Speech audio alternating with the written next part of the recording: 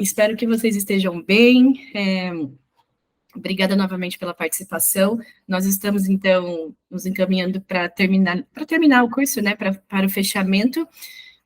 Hoje é nosso penúltimo encontro, sexta-feira é o último, e vou relembrar o que eu falei na semana passada e também o que eu disse na segunda sobre os conteúdos. Na sexta-feira, eu vou fazer mesmo um fechamento, amarrar esses temas, né, e dependendo de alguma retomada, caso vocês queiram também, eu comentei isso na segunda, então, se vocês tiverem sugestões de temas e afins, tá bom? Que, de repente, dentro desse contexto, daria para contextualizar, fiquem à vontade para falar aqui no chat. Eu ia fazer um formulário sobre isso, mas eu acho que, como nós temos tempo, né, nós temos 2 horas, basicamente, daria tempo de vocês comentarem. Então, caso vocês queiram, como eu já disse outras vezes, tá bom? Como sexta é um fechamento e eu vou amarrar esses temas todos, se vocês quiserem ou tiverem alguma sugestão, às vezes dá para contemplar e, dependendo, caso eu não consiga, eu aviso também, mas, como eu disse lá desde o primeiro dia, que a ideia é que nós tenhamos trocas também sobre isso, então, caso haja algum tema ou algum tópico, né, ou algum material dentro desses temas que nós estamos trabalhando, que vocês gostariam de uma retomada ou de trazer esse tema, me avisem que eu vejo a possibilidade também, tá bom? Inclusive, se vocês tiverem se vocês quiserem comentar, né, sobre trabalhos que vocês já fizeram dentro desse escopo, ou experiências, ou coisas do tipo, fiquem à vontade também, tá bom? Tanto para hoje quanto para sexta, estou falando novamente, eu já avisei isso outras vezes, mas estou falando novamente, tudo bem?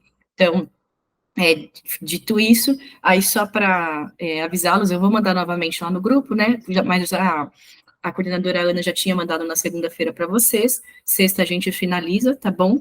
E mesmo horário, tudo mais, e aí deixo esse convite, então, caso vocês queiram comentar ou falar sobre as experiências de vocês dentro dessa área, ou com as coisas que vocês trabalham, alguns de vocês já foram comentando, né, ao longo desses encontros, falaram algumas questões, mas fiquem à vontade, tá bom? E em relação ao conteúdo também, tá? Então, gente, eu vou falar para vocês como eu organizei o nosso encontro de hoje. Eu coloquei esse título do Desafio Ambiental dos países no processo de transição para novas fontes de energia.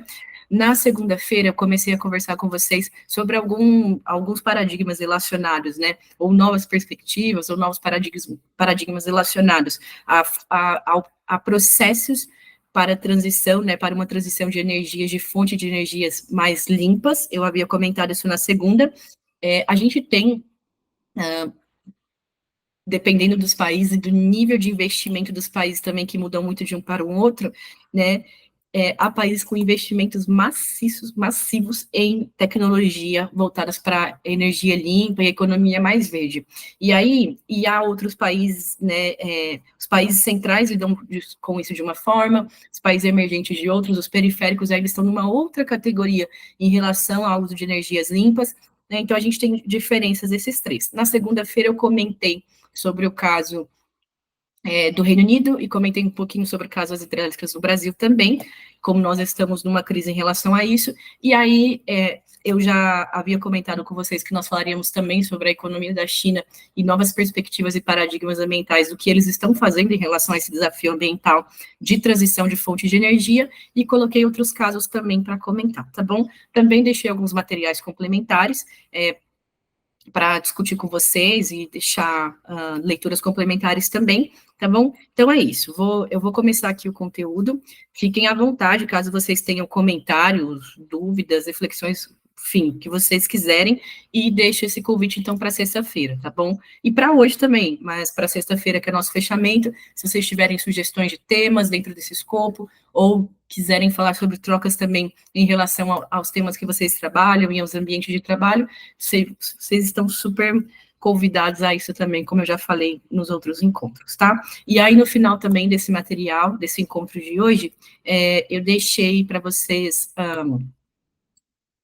alguns materiais complementares de temas que nós vimos, então, e de novas perspectivas em relação à questão ambiental. Então, deixei um material complementar de 9 minutinhos, né, como na Bahia eles estão lidando com a educação ambiental e agroecologia. Então, eu já tinha mostrado um para vocês sobre a agroecologia aplicada a áreas do semiárido nordestino, e aí trouxe esse também, tá, como material complementar, e mais alguns trechos de outros documentários falando sobre novos paradigmas que envolvem sociedade de consumo, modelos de produção de alimentos, a questão de novas formas em relação a como a sociedade produz alimentos e enxerga também, né, as causas ambientais, e aí trouxe trechos desse documentário que fala sobre a questão do veganismo também, que é bem interessante, tá? Então, eu passo mais para frente, mais para o final da aula, na parte final, tá? E se vocês tiverem qualquer dúvida ou quiserem comentar, fiquem à vontade também, tudo bem? Então vamos lá. Boa noite, gente. Oi, Daniele, boa noite, tudo bem? Tudo bem, estou no trânsito. Ah, tá bom, tá certo, Daniele. Qualquer coisa avisa a gente, tá bom? Para o pessoal que foi entrando aqui depois, boa noite para todo mundo. Certo, vamos lá então. Então, esse é o título que eu coloquei para vocês, como os países hoje estão enfrentando esses desafios ambientais, né, nesses processos de transição para novas fontes de energia. Coloquei aqui para vocês algumas referências sobre combustíveis fósseis, porque é um assunto que a gente escuta falar, eu acho que assim como mudanças climáticas, que gera quase um esgotamento, a gente escuta falar muito sobre o uso de combustíveis fósseis.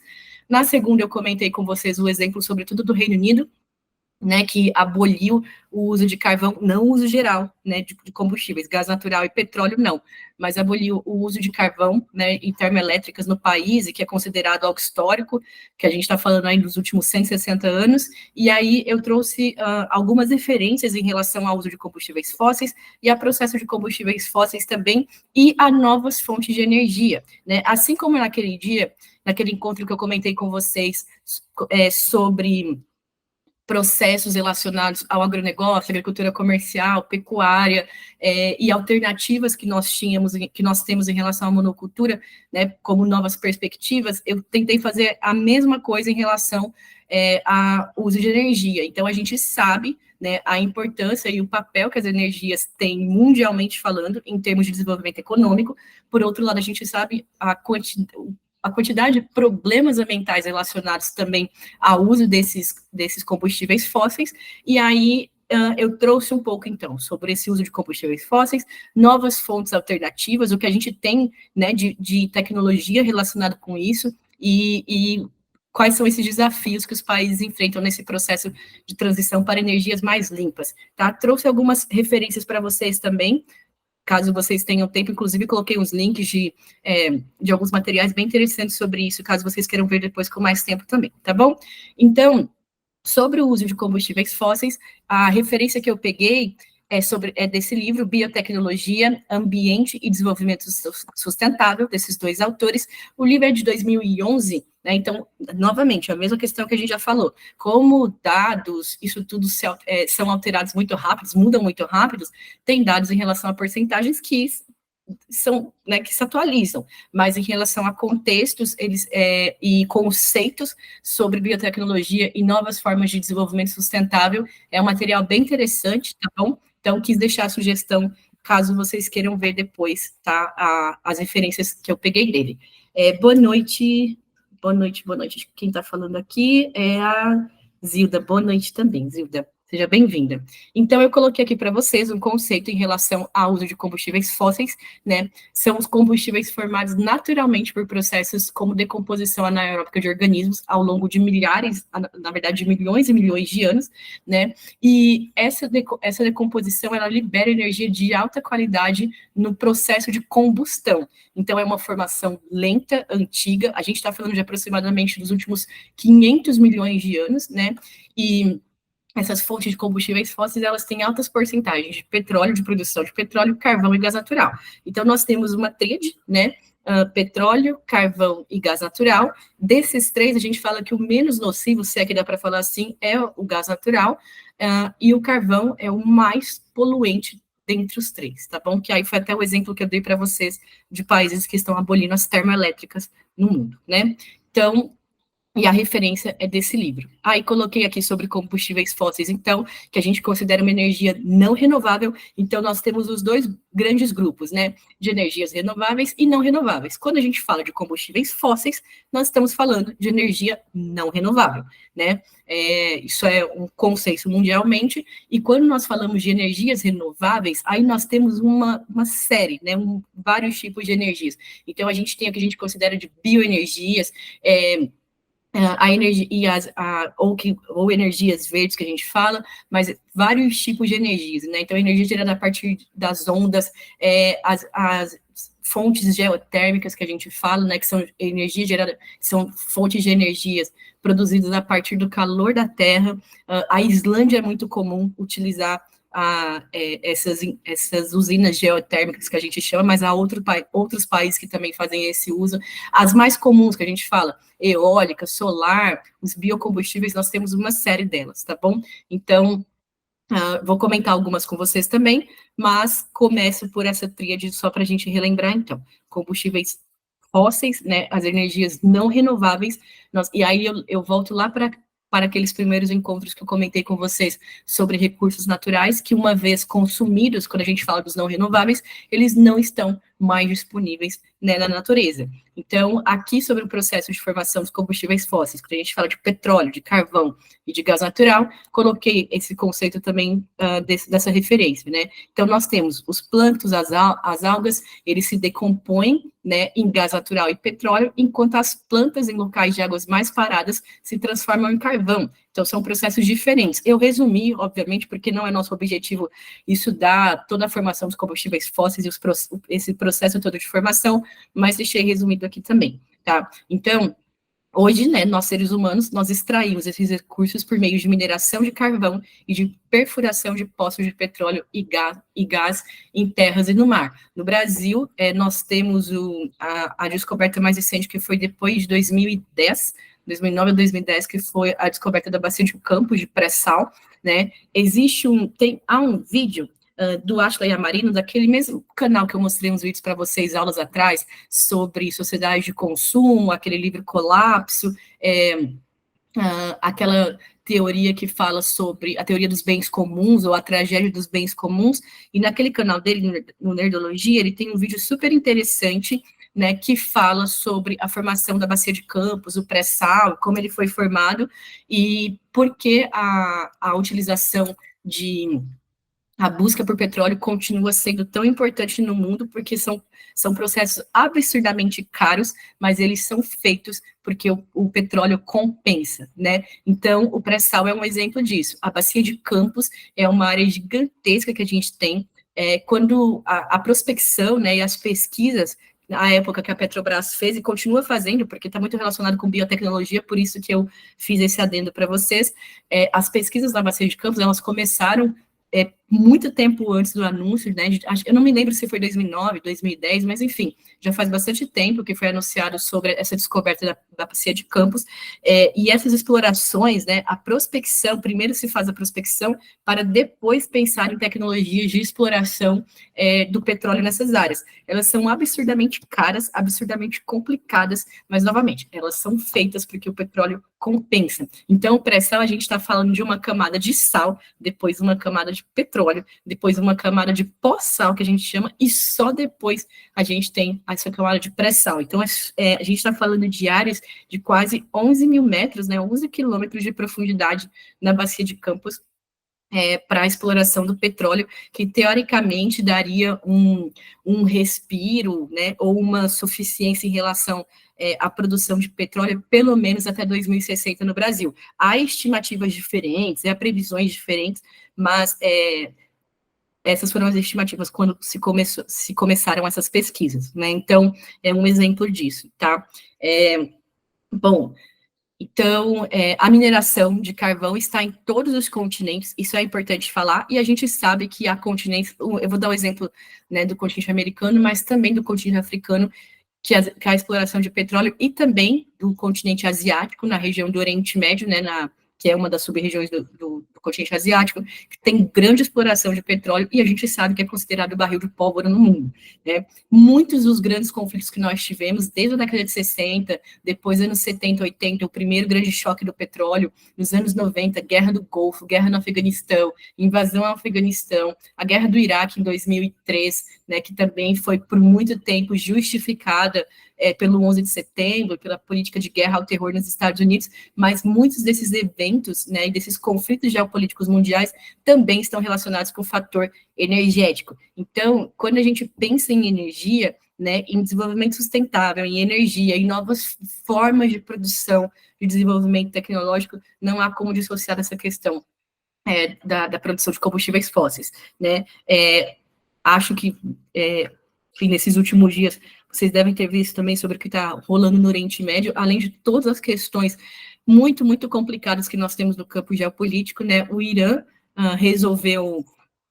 A gente já haviam ocorrido ofensivas no mês de abril, né, entre Irã e Israel, e agora, recentemente, acho que de domingo para segunda, ou de segunda-feira, nós tivemos essas notícias de novas ofensivas, e aí quando a gente pensar, mas qual é o impacto que os conflitos entre Irã e Israel podem ter para outros países? Um impacto gigantesco, um impacto globalmente, né, ostensivo. Não há como as principais potências do mundo, por exemplo, Estados Unidos, Reino Unido, Alemanha, França, que são aliados diretos, né, de Israel, não há como essas grandes potências não se envolverem. Por outro lado, a gente tem a China, né, que hoje é a maior consumidora de energia. Então, quando a gente pensa em combustíveis fósseis, nós temos, sim, questões geopolíticas globais envolvidas com esse tema, né? Qualquer assunto relacionado, não só com o Oriente Médio, mas com outros países também, qualquer assunto relacionado com questões de energia, a gente sabe que tem um alcance globalmente falando,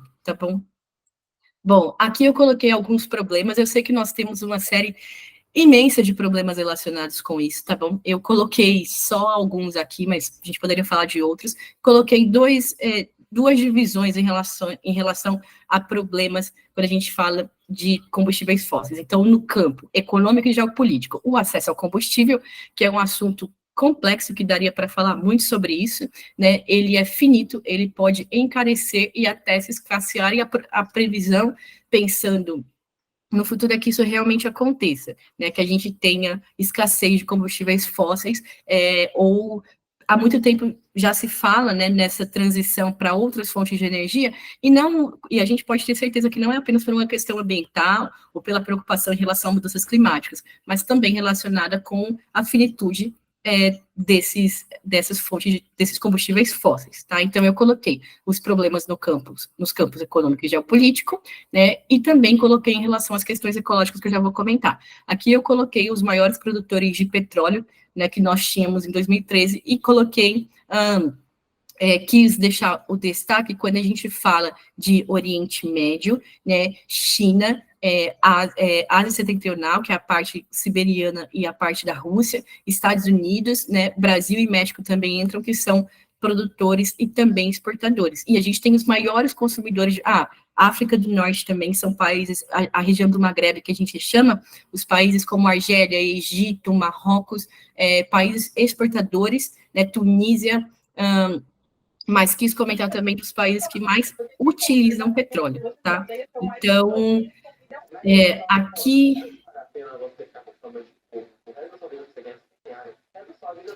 Gente, eu acho que tem o áudio aberto, só um minutinho. Não tem não, tá. Certo. E aqui eu coloquei para vocês os problemas do ponto de vista ecológico também. Então, só alguns deles, porque eu quis colocar os principais, mas novamente daria para citar vários.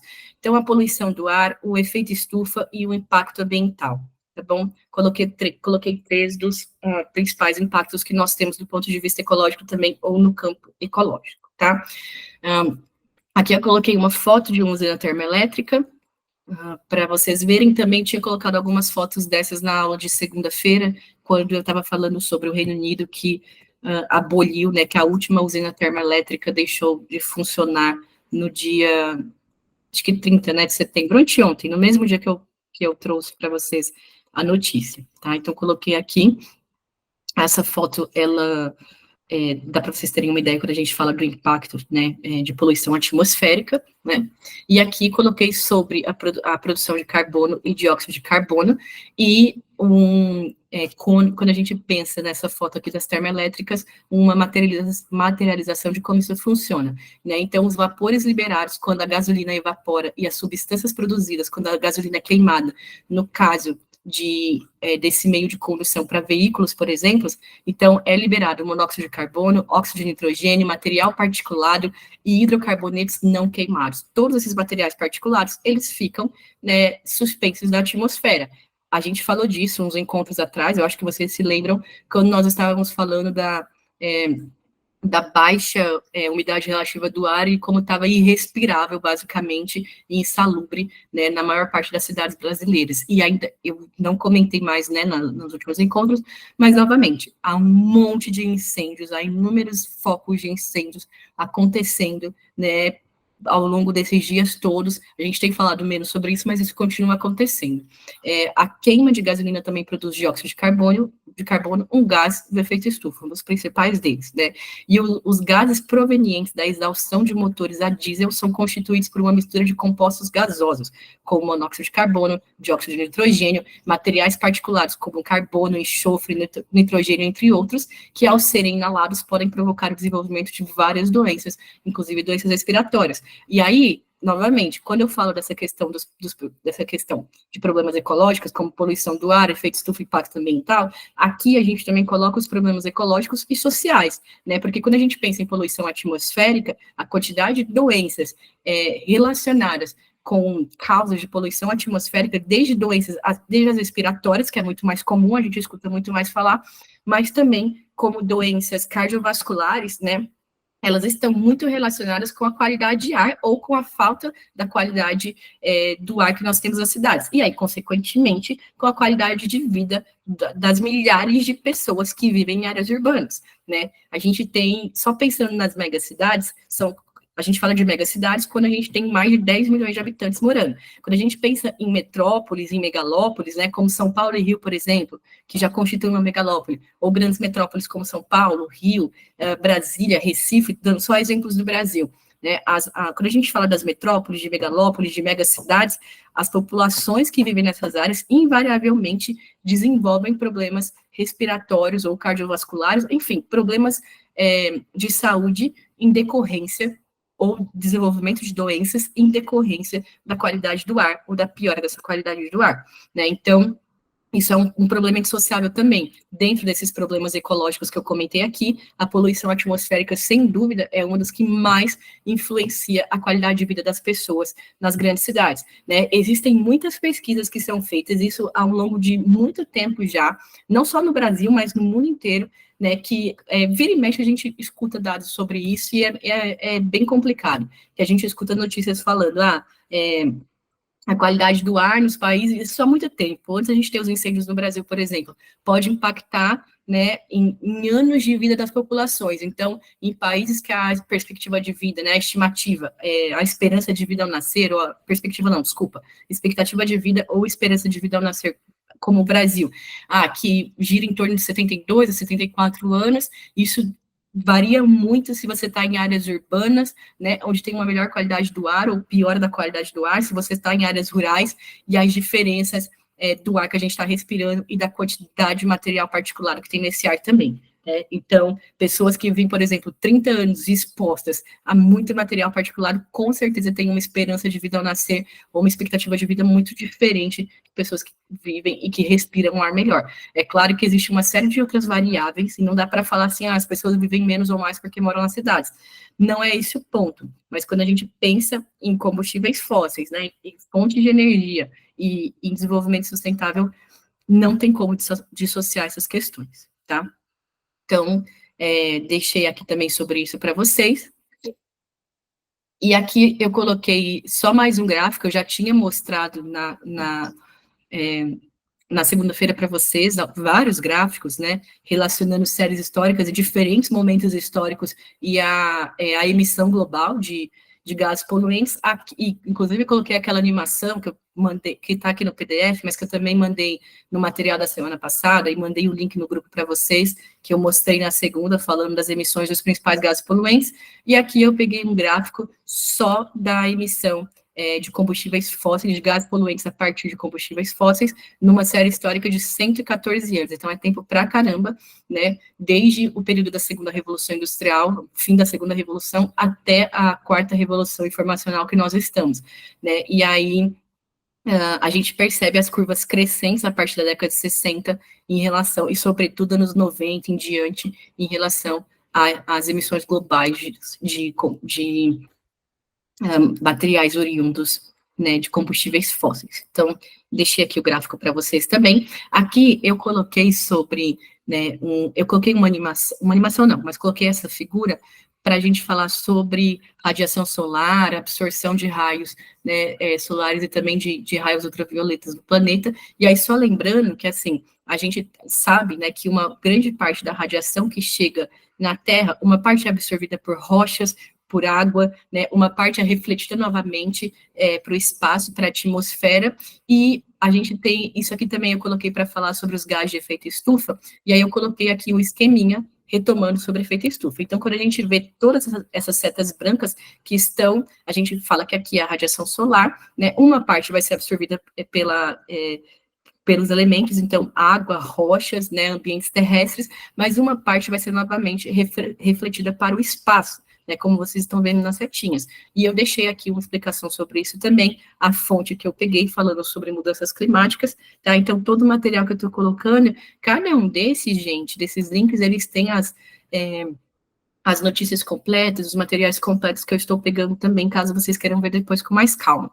Então, eu coloquei aqui sobre a energia luminosa, ou sobre a radiação solar, né, que é emitida pelo Sol, aquece a superfície da Terra e reflete a energia na forma de calor, que aí é quando vocês veem essas setinhas laranjas. Então, aqui eu tenho radiação solar e aqui eu tenho calor refletido na atmosfera, né, a partir dessa radiação, a partir desse aquecimento.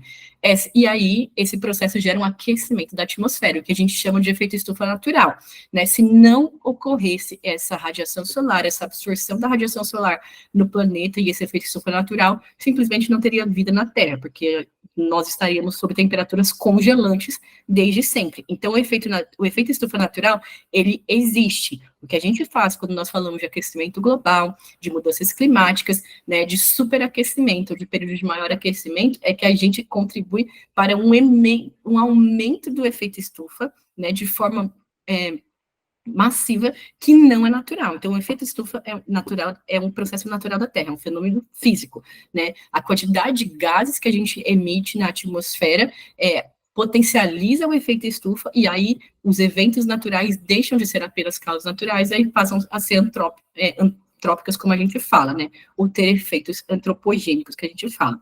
Então, grande parte do calor é capturado por moléculas de gases de efeito estufa, como água, dióxido de carbono e metano.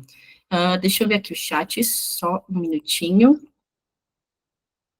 Vilda, sim, ela só não ela é mais do que uma opção, ela é considerada hoje, dentro das bioenergias que a gente fala, ou fontes alternativas, uma grande aposta, isso há muito tempo, tá? Desde os anos 2000 para cá, já era uma grande aposta, mas ela é super importante quando a gente fala de fontes de energia relacionadas à mitigação, né, de gás de efeito estufa, ou ela entra como ela é uma fonte de energia renovável, né, energia solar, radiação solar.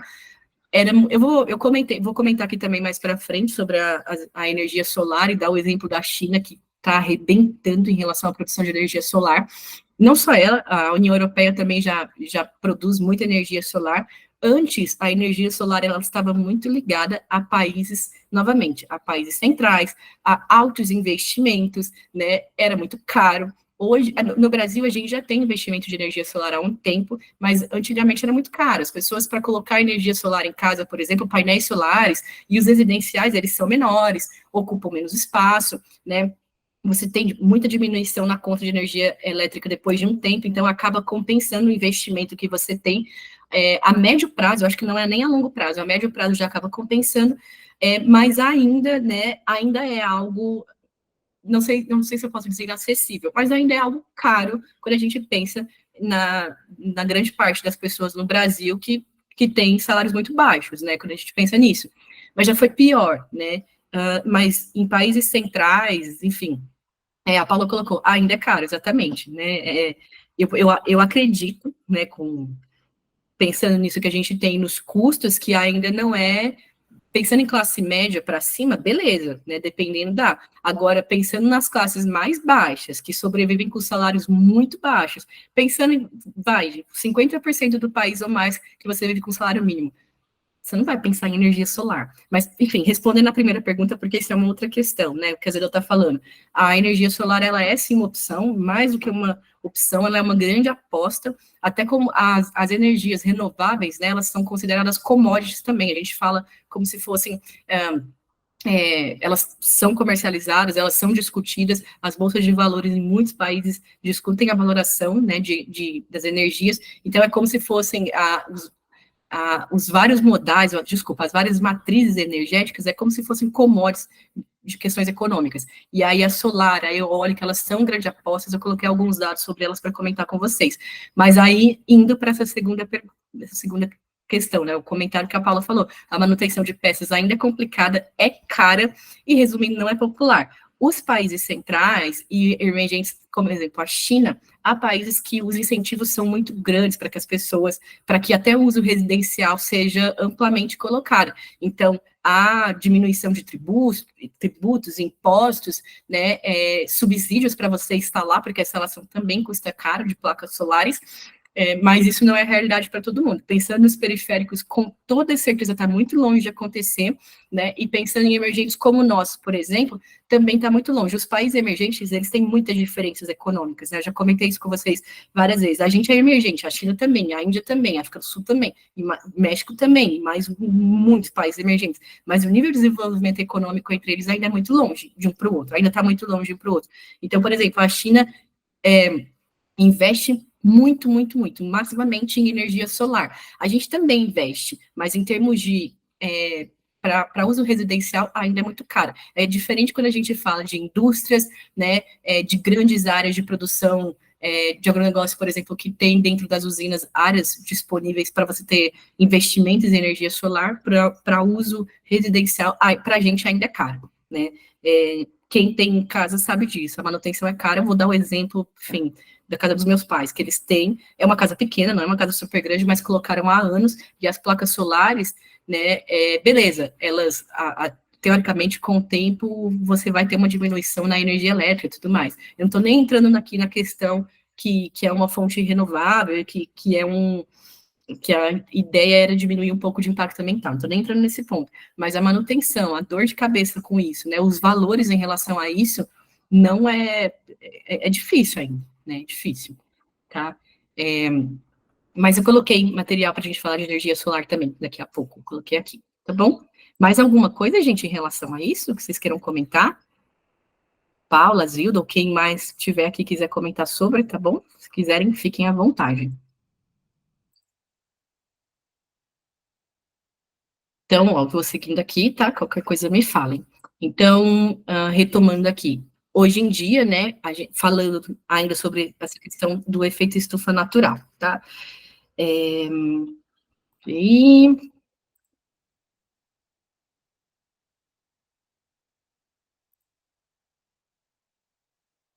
Oi, Eduardo, tudo bem? Pode falar, fica à vontade. Sim, tá me ouvindo bem? Tô sim. Ah, tá. Não, só dizer que é importante a gente ouvir sobre a energia solar, né, os painéis, porque, por exemplo, lá em Quissamã, no espaço cultural, né, que eu trabalho, a gente pensa muito em botar, só que aí tem essa visão de que é caro, sabe? Uhum. Que é um custo, mas a gente também não consegue fazer esse cálculo para entender se, tipo, qual seria esse ganho, né? Tipo, enfim, não tem tanta informação sobre, né? Parece uma coisa distante, mas eu moro assim perto de praia e eu vejo algumas casas mais, bairros mais de pessoas mais ricas e tal, e aí eu vejo algumas placas, então é isso, né? É algo que é possível, mas parece um pouco distante, entendeu? Mas é um sonho para mim, por exemplo, até na minha própria casa alugada, eu falei assim, ouvindo você, eu acho que eu botaria, depois levaria para outro lugar, sabe? Os Porque parece painéis algo muito solares, né? promissor. Não sei se eu falei o nome certo, desculpa. Não, é isso mesmo, falou sim. É isso mesmo. Eduarda, dentro da ANS, né, Agência Nacional de Energia, Agência Nacional de Energia, é isso mesmo, a ANE, desculpa. Dentro da ANE, no site deles, eu vou fuçar isso depois com calma para a aula de sexta-feira, que a gente ainda tem mais um encontro. Lá, pelo menos a última vez que eu tinha olhado, eles tinham no site, e aí eu estou falando do site oficial do governo, que teoricamente tem os valores e os cálculos basais de quanto custa. Eu sei que isso varia de empresa para empresa, de região, de demandas e de tudo isso. Isso, Anel, isso mesmo. Obrigada, Paula. Obrigada, isso mesmo. Eles costumavam ter uma parte para você fazer um simulador, isso, para você simular, aí colocava lá o tamanho da área, quantas pessoas moram, os dados de consumo que você vê, por exemplo, na conta de luz, sabe? E aí eles costumavam, pelo menos tinha, mas eu não sei como é que tá isso, tá? Tinha um simulador para você, se você pensasse em instalar, quanto você gastaria para instalar na sua casa. Porque eu sei que áreas maiores, condomínios, esse tipo de coisa, dependendo, indústrias, empresas e afins, você consegue até subsídios governamentais dependendo do tamanho da área e o que você vai devolver em relação a isso. Mas quando a gente pensa em uso residencial, ainda é bem menor. Né? Mas eu vou dar uma olhada mais nisso. Eu posso até mandar no grupo para vocês também, se eu ver, porque é isso que você está falando. Muitas vezes parece um negócio, quanto custa, como é, quais são como é para aplicar, para colocar de fato. Né? E aí muita gente, dependendo, às vezes, acho que até pode pensar isso que você está falando, né? Eu gostaria, mas é muito difícil de fazer. Né? Paula, você levantou a mão faz um tempo. Pode falar, fica à vontade. Eu não tenho certeza do simulador, tá? Mas eu me lembro que tinha. Eu queria contribuir com essa questão porque é uma coisa que eu estava olhando assim bem recentemente, né? Na verdade, assim, como que eu vou explicar? O rendimento. Não, espera, Eduarda, deixa eu te ajudar. Eu vou falar bem rapidinho. Mas, assim, o que deixa a questão meio inviável, Eduarda, é que, assim, numa casa muito pequena, o retorno financeiro de você instalar uma dessas placas é muito, muito longo. Tipo assim, eu lembro que aqui na minha casa, ela ia se pagar em 14 anos, porque o nosso consumo de energia é baixo. Só que as placas costumam dar problema muito antes de 14 anos e tem a questão da manutenção que é foda. Desculpa, palavras inapropriadas. Então, é por isso que fica inviável, entendeu? A menos que você esteja, por exemplo, numa instituição grande, tudo, que aí o consumo de energia é bastante alto, aí vale a pena, porque o retorno fica rápido, né? Mas era isso que eu queria explicar, né? Salientar essa variável do consumo, porque ele é realmente determinante ainda para a Aí, então, instalação, a manutenção, enfim, essa questão. e Paula, você tem em casa? Não, eu não consegui ainda, pretendo. Eu vou ver, eu estou esperando meu vizinho mudar aqui para o mesmo terreno, aí eu vou ver com todos os nossos vizinhos da gente colocar, tipo, uma placa no meu telhado, que a minha casa é a que é mais descoberta aqui, por exemplo, né? Seria a nossa solução. Como a minha casa é a mais descoberta, colocar uma placa no meu telhado e essa placa alimentar as nossas casas todas, 4 casas. Aí talvez isso valesse a pena, entendeu? Gerasse uma demanda que as placas se pagassem antes do primeiro defeito que ela vai dar, entendeu? E a gente ficar Nossa, com muito calças legal. curtas. Esse é o Tomara que plano. dê certo. Entendi, esse é o plano. Tomara que dê certo. De verdade, que legal. E obrigada por falar disso, desse critério, que é super importante, né, em relação ao consumo, né, a estimativa de consumo. Você falou de 14 anos, né? Dependendo, por isso que o que eu comentei, né, de empresas, indústrias, áreas maiores, você tem um consumo muito alto, é muito interessante, inclusive, para o governo, quando que traz subsídios para isso, né?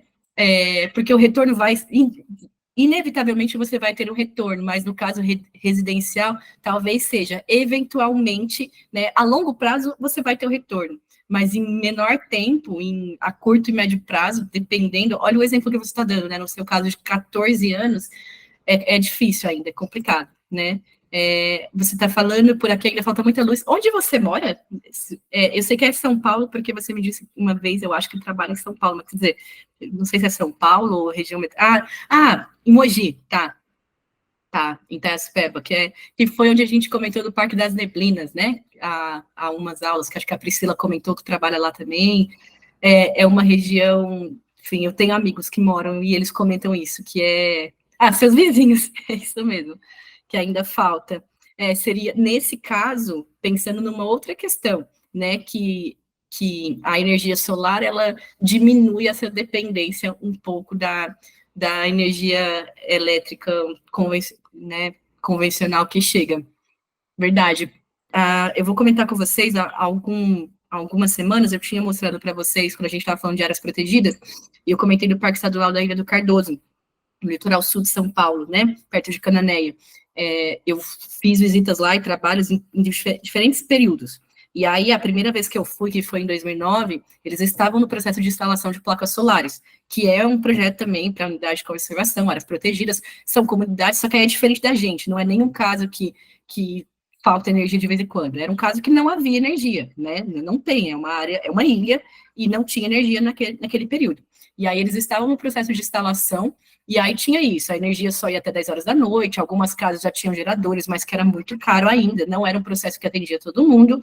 E aí, a última vez que eu voltei, que foi em 2019, um pouco antes da pandemia, eles tinham feito 100% da instalação nas casas, nos comércios, a gente está falando de 60 famílias, né? Mas numa área insular, que é difícil acesso, é longe, enfim. E o retorno deles era incrível, era a diferença até em qualidade de vida, porque as casas foram individualizadas com painéis, né, os terrenos, um negócio super interessante, e eles tinham energia, ou tinham produção de energia gerada quase que o tempo todo, então à noite eles continuavam com energia, foram instalados geradores maiores. Eu estou dando esse exemplo porque veio aqui na minha cabeça você falando, né, de Itaiaçupeba, de áreas que ainda, áreas rurais que a energia ainda oscila muito e falta, e gera, a gente sabe, gera uma série de transtornos, né, e aí eu me lembrei desse caso, que lá na ilha, e não é só lá, muitas outras unidades de conservação ou áreas insulares que estão recebendo os painéis solares, tudo bem, ele não suporta uma sobrecarga muito grande. Se você ligar um chuveiro, um aquecedor, sei lá, um ventilador e um secador, o negócio não vai funcionar, né? Eu sei que tem uma sobrecarga e tudo, mas ainda assim, pensando nessas áreas que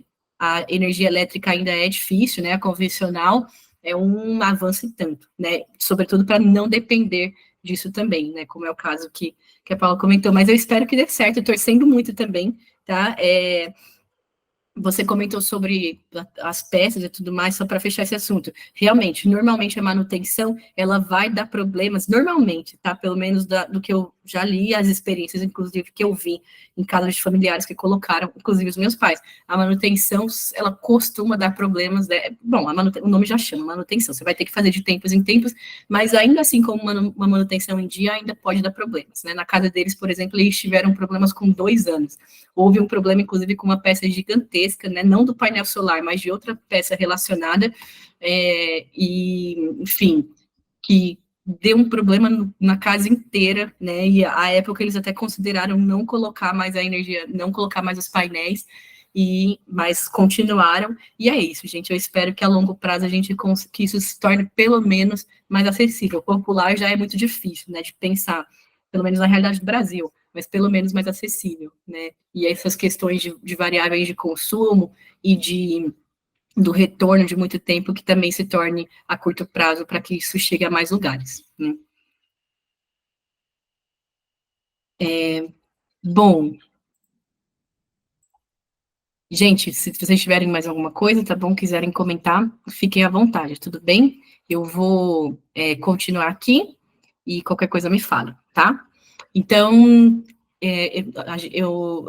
retomando, né, só para finalizar essa parte da energia solar que eu estava comentando, né, na forma de radiação, quando a gente está falando da energia que chega na atmosfera, né? Uma parte dessa radiação visível é ultravioleta e é parcialmente absorvida pela atmosfera, cerca de 25%, que é essa que nós estamos falando novamente, né? Que vem da radiação, essas setas maiores. A gente tem a radiação solar, uma parte é absorvida por rochas, né?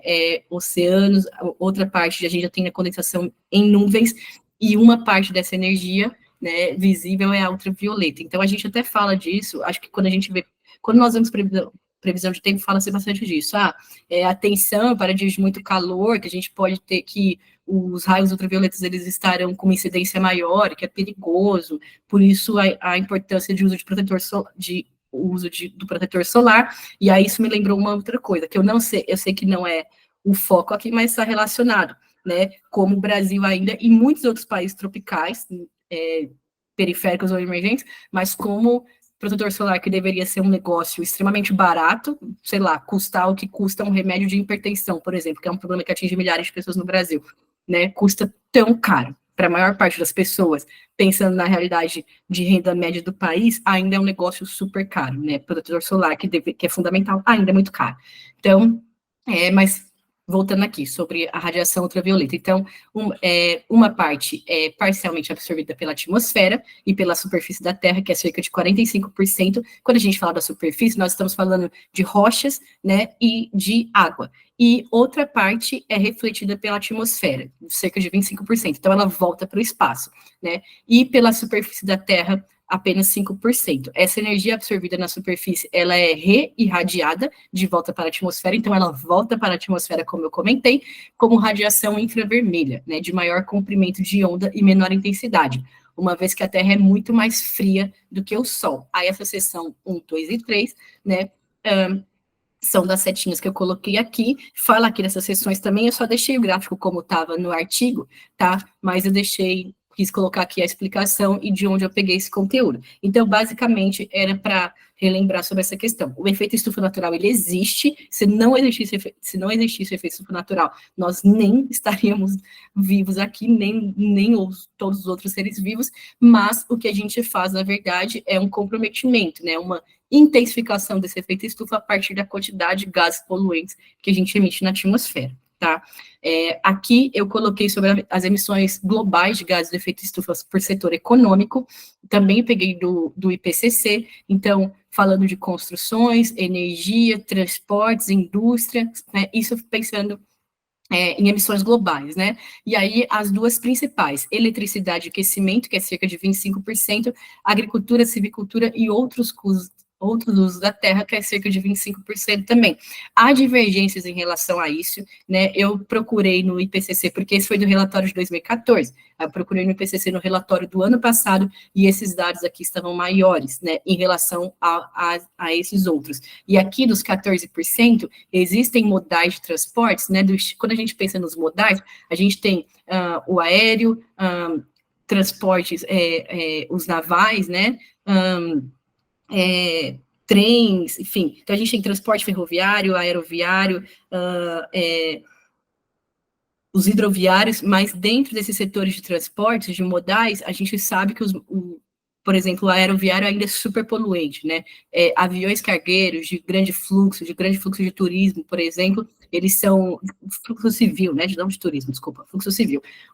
Eles são grandes emissores ainda de gases poluentes, né? Além de os modais de automóveis e afins também, né? Os rodoviários que a gente chama.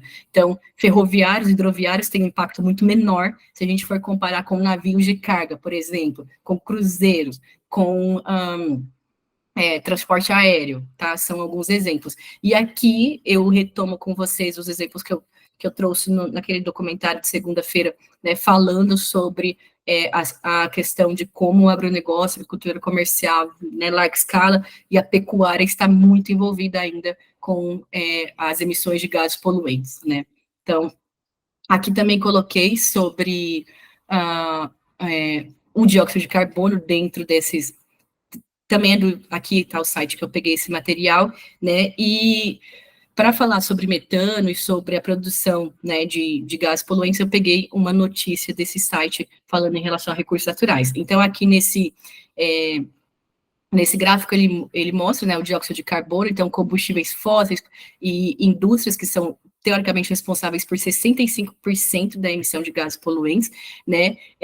O dióxido de carbono que ocorre, que é emitido a partir de áreas florestadas e uso da terra, né? Aqui vejam que ele já dá um dado diferente de 11%, né? O gás metano, que a gente está falando sobretudo de pecuária, né? Que tem grandes emissões relacionadas ao gás metano, e o óxido de nitroso, que também é super poluente, e outros gases aqui compõem 2%. Dentro disso daqui, quando a gente fala de queimadas, incêndios florestais, desmatamento para pastos, para produção de grãos em larga escala, eles estão relacionados aqui dentro desses 11%, tá? E gás metano, sobretudo pecuária, também entra aqui. E aí, que são dados bem grandes que a gente está falando. E aí eu coloquei, e de combustíveis fósseis, que foi o que eu comecei a aula, eles estão aqui. Aí eu coloquei aqui sobre uma pesquisa que eu peguei nesse site falando sobre ciência e recursos naturais e educação, né, produção de vacas e metano. Então, nesse estudo, há 2 grupos de pesquisas científicas que estão acontecendo, o artigo inteiro está aqui, tá? Eu não coloquei porque fica muito grande, mas aí eu coloquei alguns dados para vocês. Os cientistas estão tentando adicionar algas marinhas à comida das vacas.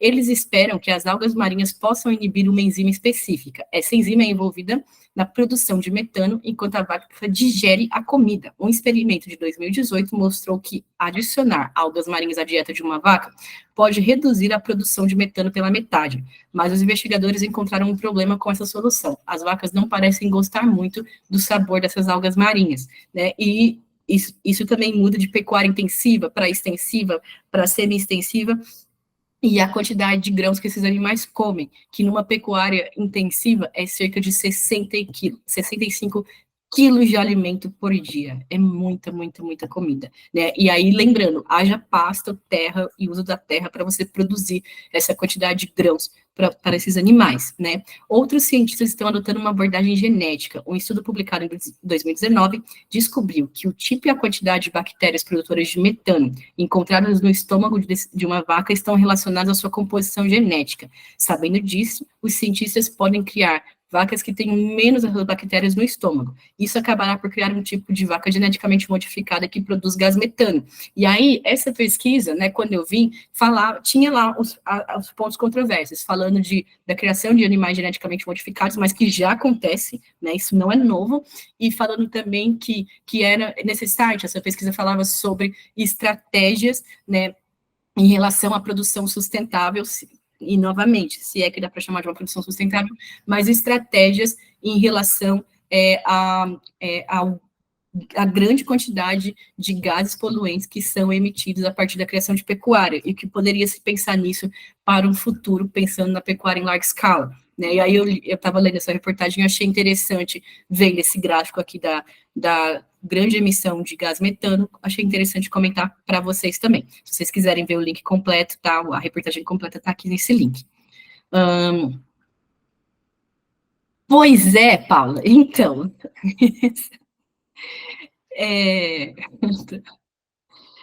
Eu estou vendo aqui, a Paula colocou, gente, se não é mais fácil reduzir o consumo de carne, incentivar o cultivo agroecológico e a alimentação saudável e natural. Então, eu vou, Paula, daqui a pouco, antes de entrar na parte da China, já que eu entrei nessa seara aqui de pecuária, gás metano, que é super poluente, né, eu vou passar mais um trecho, eu trouxe alguns materiais sobre agroecologia de novo para vocês, nós tínhamos visto, não sei se vocês se lembram, lá no terceiro encontro, que eu falei um pouco sobre agroecologia, algumas pessoas também falaram, né, de experiências com isso que tiveram, que foi bem legal nesse dia, e aí eu tinha colocado uns vídeos curtinhos, como eu falei no começo dessa aula, e outros eu acabei não passando, eu deixei só como materiais complementares para vocês. Mas aí, quando eu estava organizando esses conteúdos em relação, né, de novo, a combustíveis, a novas fontes de energia, a quanto de metano é produzido e emitido, eu decidi, né, por colocar, e como nós tivemos essa reorganização dos conteúdos e eu fico com vocês até sexta-feira, eu decidi colocar novamente, né, 2 vídeos sobre agroecologia. Então, eu peguei o exemplo que eu comentei com vocês do que uma escola na Bahia estava fazendo, onde tem acho que 9 minutinhos, e um outro que são trechos do documentário do Cowspiracy ainda, que eu comentei com vocês na segunda-feira. Eu comentei do documentário, falei de algumas ressalvas em relação a dados, coloquei até alguns dados atualizados sobre isso, e aí, como na segunda-feira eu tinha passado acho que 20 e poucos minutinhos, né, e não sei se todo mundo conseguiu ver, se estava ruim ou não por conta do tamanho da tela, porque quem está assistindo no celular, por exemplo, fica um pouquinho menor. Eu acho que dava para ver, mas como eu não queria que ficasse muito cansativo, eu não passei os outros trechos, mas eu trouxe outros 2 trechos falando sobre isso, sobre consumo, sobre a quantidade de consumo em relação à pecuária, a quantidade de recursos naturais, de terra disponível, e também sobre agroecologia, né? Eu não sei, Paula, se nesses encontros de agroecologia você conseguiu ver todos, tudo, mas a gente comentou um pouco sobre isso, né? Sobre alternativas à monocultura e aos sistemas tradicionais de agronegócio, pecuária que a gente tem, né? Então, isso que você colocou sobre incentivar o cultivo agroecológico e alimentação saudável, natural, eu concordo 100% com isso que você estava falando, tá bom? Mas do ponto de vista de dados, né, novamente, a proposta era trazer esses dados em relação a combustíveis e a emissão de gases, aí eu vi essa pesquisa, falei, cara, e dentro, tá, desse campo científico de, como reduzir o gás metano em animais, né, pensando na pecuária em larga escala, essa pesquisa, ela está sendo desenvolvida há bastante tempo. Aí, quando eu vi, eu falei, vou colocar na aula que talvez eles se interessem, tá, mas eu compacto do seu pensamento aqui, tudo bem? Ainda assim, eu trouxe para vocês, tá? Para vocês verem como, enfim, para vocês verem aqui sobre um outro exemplo de alternativas, mas realmente, tá? Ainda é uma pesquisa, e pensando em uma das coisas que eles falam no final, nas considerações, é a relação em larga escala, como resolver este problema em larga escala, porque quantos animais geneticamente modificados você teria que criar para dar conta disso aqui que a gente está falando, né? Bom, gente, se quiserem comentar mais, tá bom, fiquem à vontade, tá? Só falar. Aqui eu coloquei também sobre a União Europeia, sobre a questão do setor de transportes, pensando nisso que a gente está falando aqui da emissão de dióxido de carbono, 65% vindo de combustíveis fósseis e processos industriais. Então, na Europa, 30% da energia utilizada na Europa ainda vem de combustíveis fósseis, né? E 90% dessa energia vem de combustíveis fósseis, e o setor de transportes, né, 30% dessa energia vem de combustíveis fósseis. E aí, o que eu estava vendo sobre, aí este é o problema, né? Aí as alternativas em relação a isso que eu estava pesquisando, falando sobre, né? A Europa não produz muito petróleo, exceto os países nórdicos, aqui a Noruega, que tem bacias de petróleo, né? E, inclusive, mas aí, novamente, é um país pequeno, que está entre os países com melhores indicadores no planeta, né? É um país super desenvolvido e, enfim, se pudesse, eu moraria lá, inclusive, porque eles não têm a quantidade de mazelas e problemas que a gente tem aqui. Mas a Noruega, ela tem um dos fatores, né, um dos fatores que fez com que eles tivessem tanto sucesso econômico, está relacionado aos royalties de petróleo. Eles são grandes produtores de petróleo, e aí esses royalties são aplicados, né, no país, no desenvolvimento econômico, no desenvolvimento social, em subsídios para a população, né? É um país que tem a diferença de renda, que a gente fala do índice de Gini, né? A disparidade de renda não é... os países centrais, como a Noruega, Finlândia, Dinamarca, Suíça, Suécia não conta, ela tem grande disparidade econômica, mas ela tem equidade em outras áreas também, subsídios para a população, né? As pessoas vivem bem, é considerado os melhores países para viver também. Mas o ponto em comum desses países é que eles não têm uma grande disparidade de renda, né? Como é o nosso caso, por exemplo, que a maior parte da população é pobre ou muito pobre, e você tem um grupo que cabe num vagão de trem de multimilionários, milionários e afins, né? E grandes disparidades de renda, o que gera muita pobreza de um lado, muita desigualdade social, muita pobreza de um lado, muita riqueza de outro. E aí, exceto a Noruega, que tem esses royalties do petróleo e investe muito né, no desenvolvimento do país por conta disso, o restante não tem uma grande produção petrolífera, como a gente consegue ver nesse gráfico, né, muito diferente dos países, como eu comentei, dos Estados Unidos, Oriente Médio, México, Brasil, enfim, alguns do continente africano, China, Índia, né, e aí, eles já há bastante tempo, então vejam, não é apenas uma questão de causa ambiental que a gente está falando, quando a gente escuta esse exemplo que eu comentei com vocês na segunda-feira, do Reino Unido, que aboliu as termoelétricas, existe a preocupação ambiental, existe as metas acordadas já desde o Acordo de Paris e até antes disso, né, antes de 2015, que ocorrem nas COPs sobre a diminuição de combustíveis fósseis, a questão de zerar as emissões, né, até 2050, mas existe uma outra preocupação também. Quando a gente fala de energias alternativas, energias limpas, o que fazer em relação à finitude dos combustíveis fósseis. Então, os países europeus já estão pensando nisso há muito tempo também, né? Assim como a China, que tem investido tanto em outras energias. Mas aí, eu coloquei aqui 2 exemplos disso, né? O diesel na Europa, que a ideia é banir até 2040 e investir em energia, em combustível elétrico, né, em carros elétricos, que já é uma realidade, já acontece, né? Existem países que em tantas áreas, em áreas urbanas, já é muito mais silencioso, porque o uso de carros elétricos já é uma realidade. Aqui ainda não é, a gente está muito longe disso, é muito caro aqui é um artigo de luxo, ainda, né? Eu acho que dá para dizer assim. Mas então, aí, nesse caso, qual é uma alternativa? O biodiesel com certeza entra como uma alternativa aqui, mas eles estão investindo em energia limpa já há bastante tempo. E a ideia é de banir, né, o diesel na Europa até 2040, tá? E aqui eu coloquei também sobre o grau de dependência nas importações de energia dentro da União Europeia. Então, em 2011, eles tinham... Gente, o meu gráfico aqui deu, sei lá, ele desconfigurou por algum problema, mas é exterior à União Europeia e interior à União, tá? Aqui é exterior, é que o R saiu do lugar, mas é isso, exterior que tá falando. Então, em 2011, eles tinham metade da energia gerada da União Europeia vinha de países de fora. A projeção para 2030, né, é que isso seja de menos de 25%. Não se sabe ainda se vai dar certo ou não, mas é uma projeção futura, quer dizer, que nem é tão longe assim, 2030 não está tão longe da gente, né, e dentro dessas estratégias para diminuir a dependência energética, vou dar um exemplo, a Rússia é um grande exportador e a Ucrânia também, os 2 países que estão em guerra, né, eles são grandes exportadores de gás natural. A Rússia é um grande exportador de gás natural para vários países europeus. A Rússia também está sofrendo uma série de sanções por conta da guerra, né, contra a Ucrânia, que já ocorre há mais de 2 anos.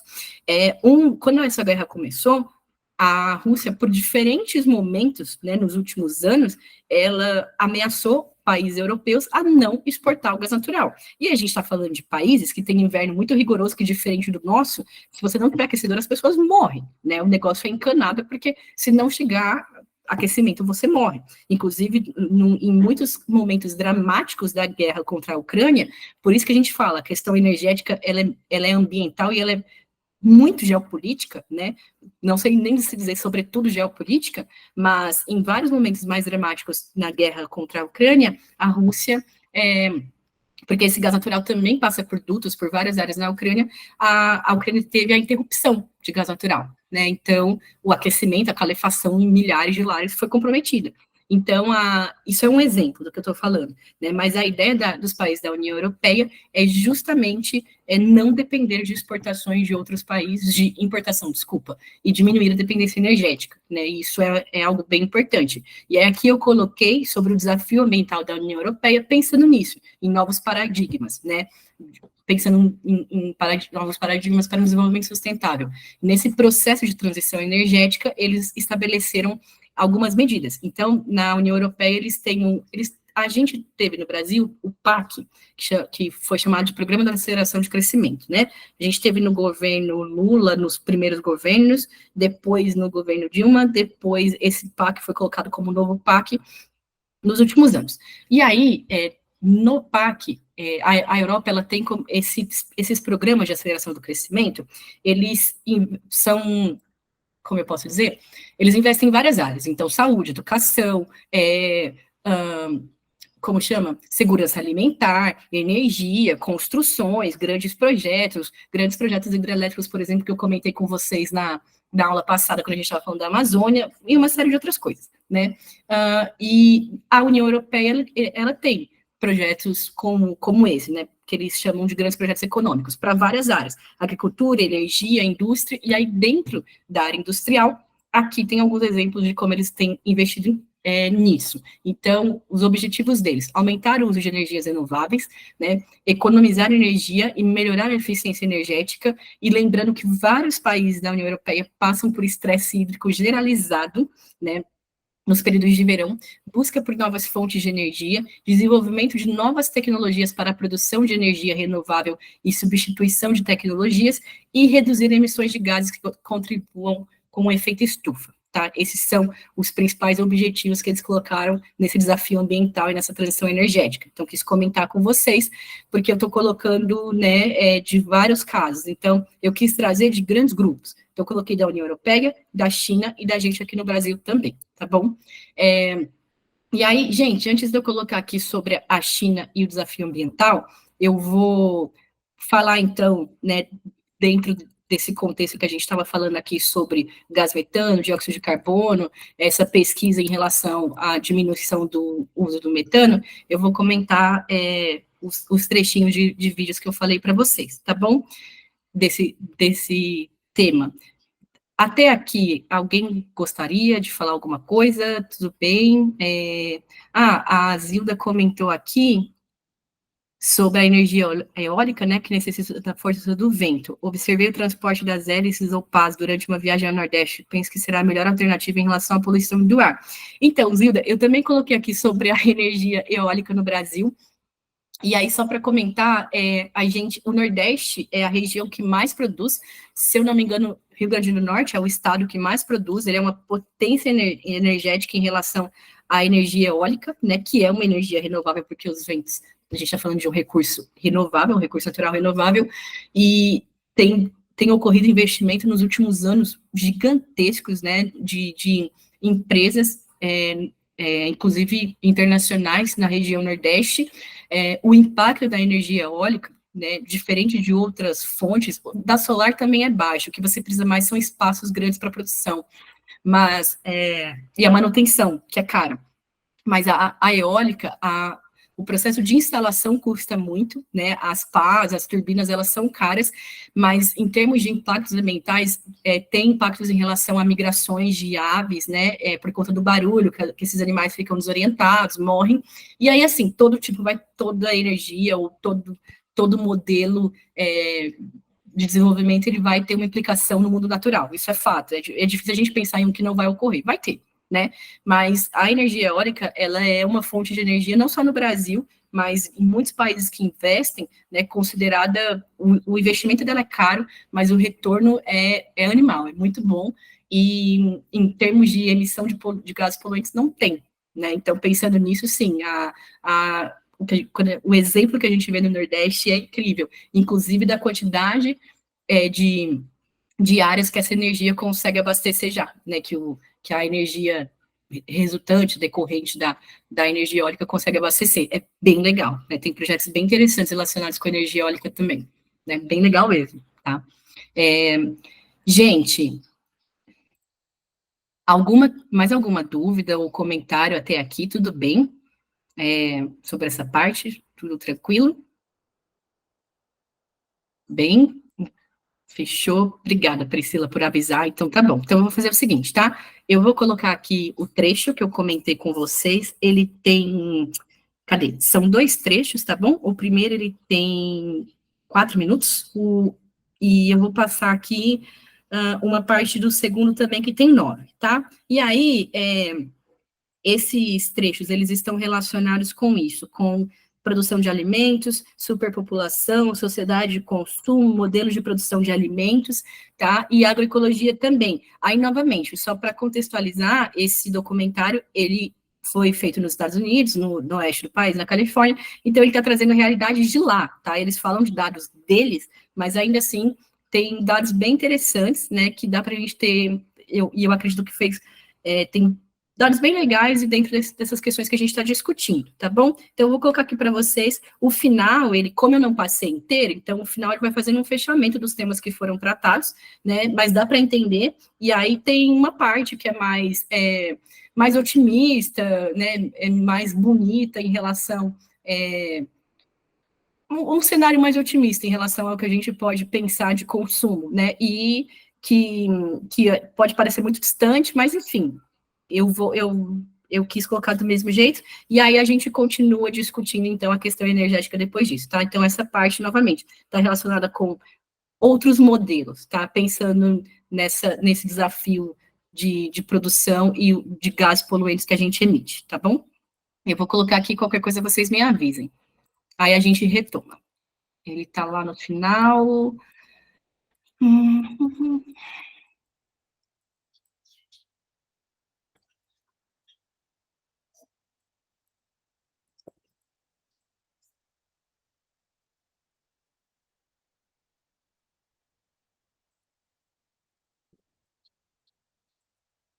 Certo.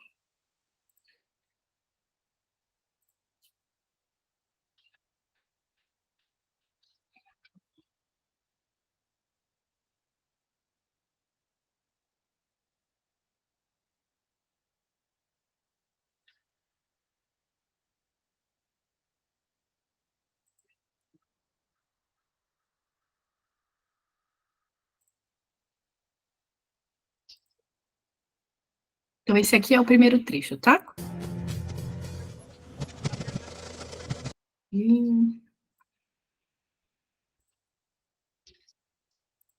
Some people would say the problem isn't really animal agriculture, but actually human overpopulation. In 1812, there were 1 billion people on the planet. In 1912, there were 1.5 billion. Then, just 100 years later, our population exploded to 7 billion humans. This number is rightly given a great deal of attention, but an even more important figure when determining world population is the world's 70 billion farm animals humans raise. The human population drinks 5.2 billion gallons of water every day and eats 21 billion pounds of food. But just the world's 1.5 billion cows alone drink 45 billion gallons of water every day and eat 135 billion pounds of food. This isn't so much a human population issue, it's a human eating animals population issue. Environmental organizations not addressing this is like health organizations trying to stop lung cancer without addressing cigarette smoking. But instead of secondhand smoking, it's secondhand eating, which affects the entire planet. We're growing enough food right now in the world to feed between 12 and 15 billion people. We only have 7 billion people. We have roughly 1 billion people starving every single day. Worldwide, 50% of the grain and legumes that we're growing, we're feeding to animals.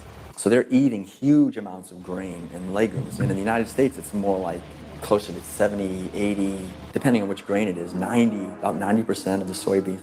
82% of the world's starving children live in countries where food is fed to animals in the livestock systems that are then killed and eaten by more well-off individuals in developed countries such as the US, UK, and in Europe. The fact of it is that we could feed every human being on the planet today an adequate diet if we did no more than take the feed that we are feeding to animals and actually turn it into food for humans. And so somebody trying to justify GMOs, that's like trying to give a drowning man a drink of water. You can produce, on average, 15 times more protein from plant-based sources than from meat on any given area of land, whether it's using the same type of land, whether it's a very fertile area in one area of the world or it's an area that's depleted. If we would reduce the amount of meat we're eating and dairy and eggs, we could allow all these monocropped fields of genetically engineered corn and soybeans to revert back to forest again, to be habitat for animals. You know, anytime somebody tells you that we can't grow food for humans on the land that we're growing feed for animals, this is somebody that is smoking the #1 crop out of California. The fact of it is, if you can grow corn to stuff down the throat of an animal, you can actually grow corn and feed it to a human. You encourage people to eat less meat and for the tremendous resources required and the toll on the environment. And on the animals.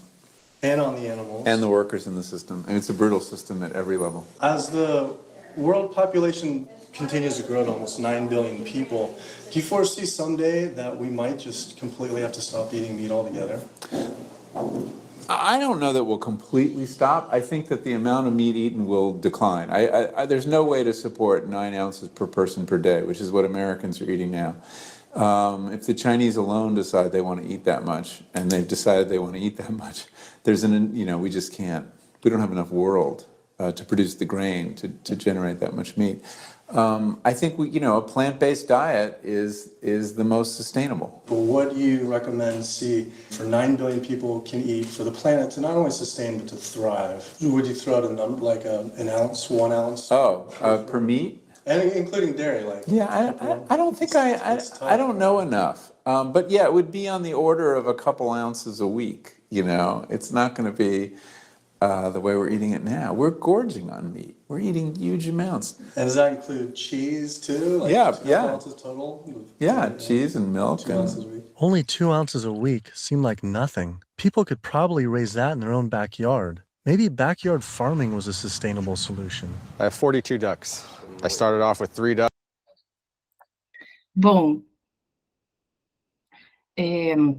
mas esse era o primeiro trecho, tá, que eu queria comentar sobre.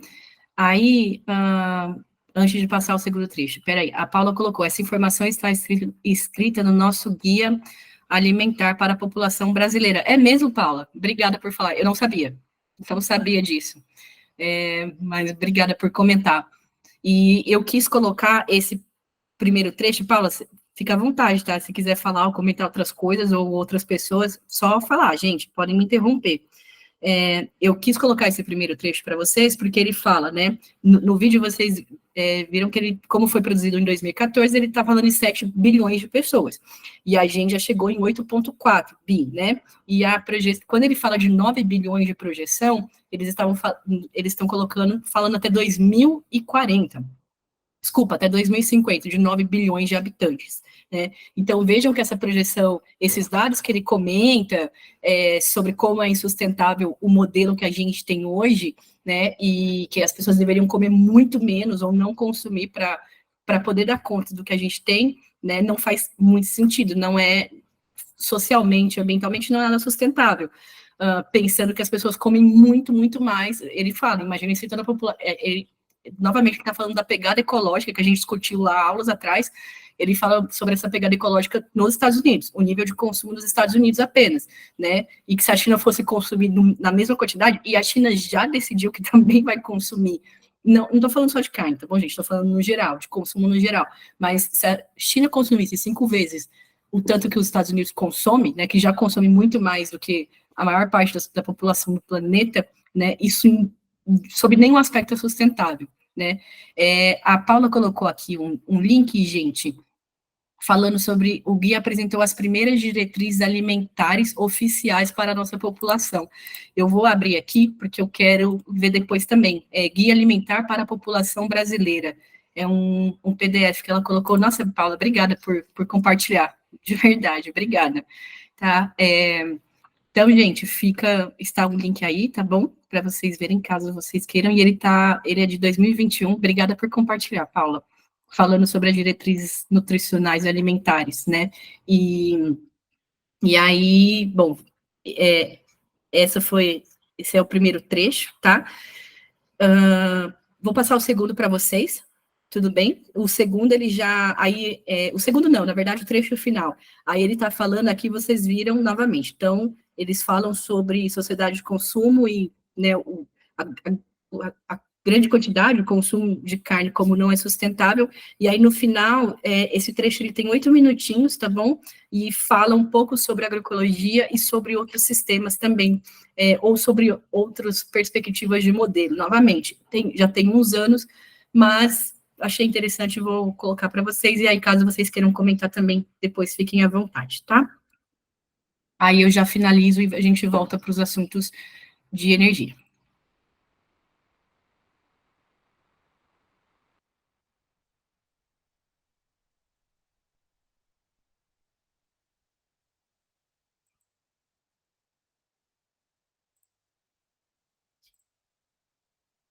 Healthy and even thrive but I still thought you needed animal manure to grow organic agriculture.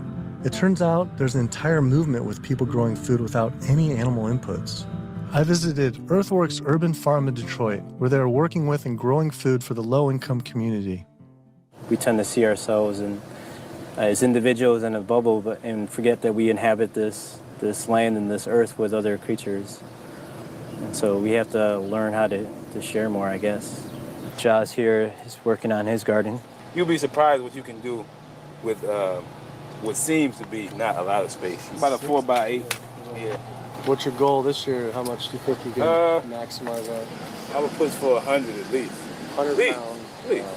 That's amazing. So the one full year after this was constructed, we doubled our yield to over 14,000 pounds of food. 14,000 pounds? On Yeah. About how many acres? About 2.5. So as much food as we produce and we grow, or the earth helps us grow, is we also have to return those nutrients back to the soil. So we like to think of our work as being regenerative, that we're putting as much life-giving substance in the ground as we're taking out.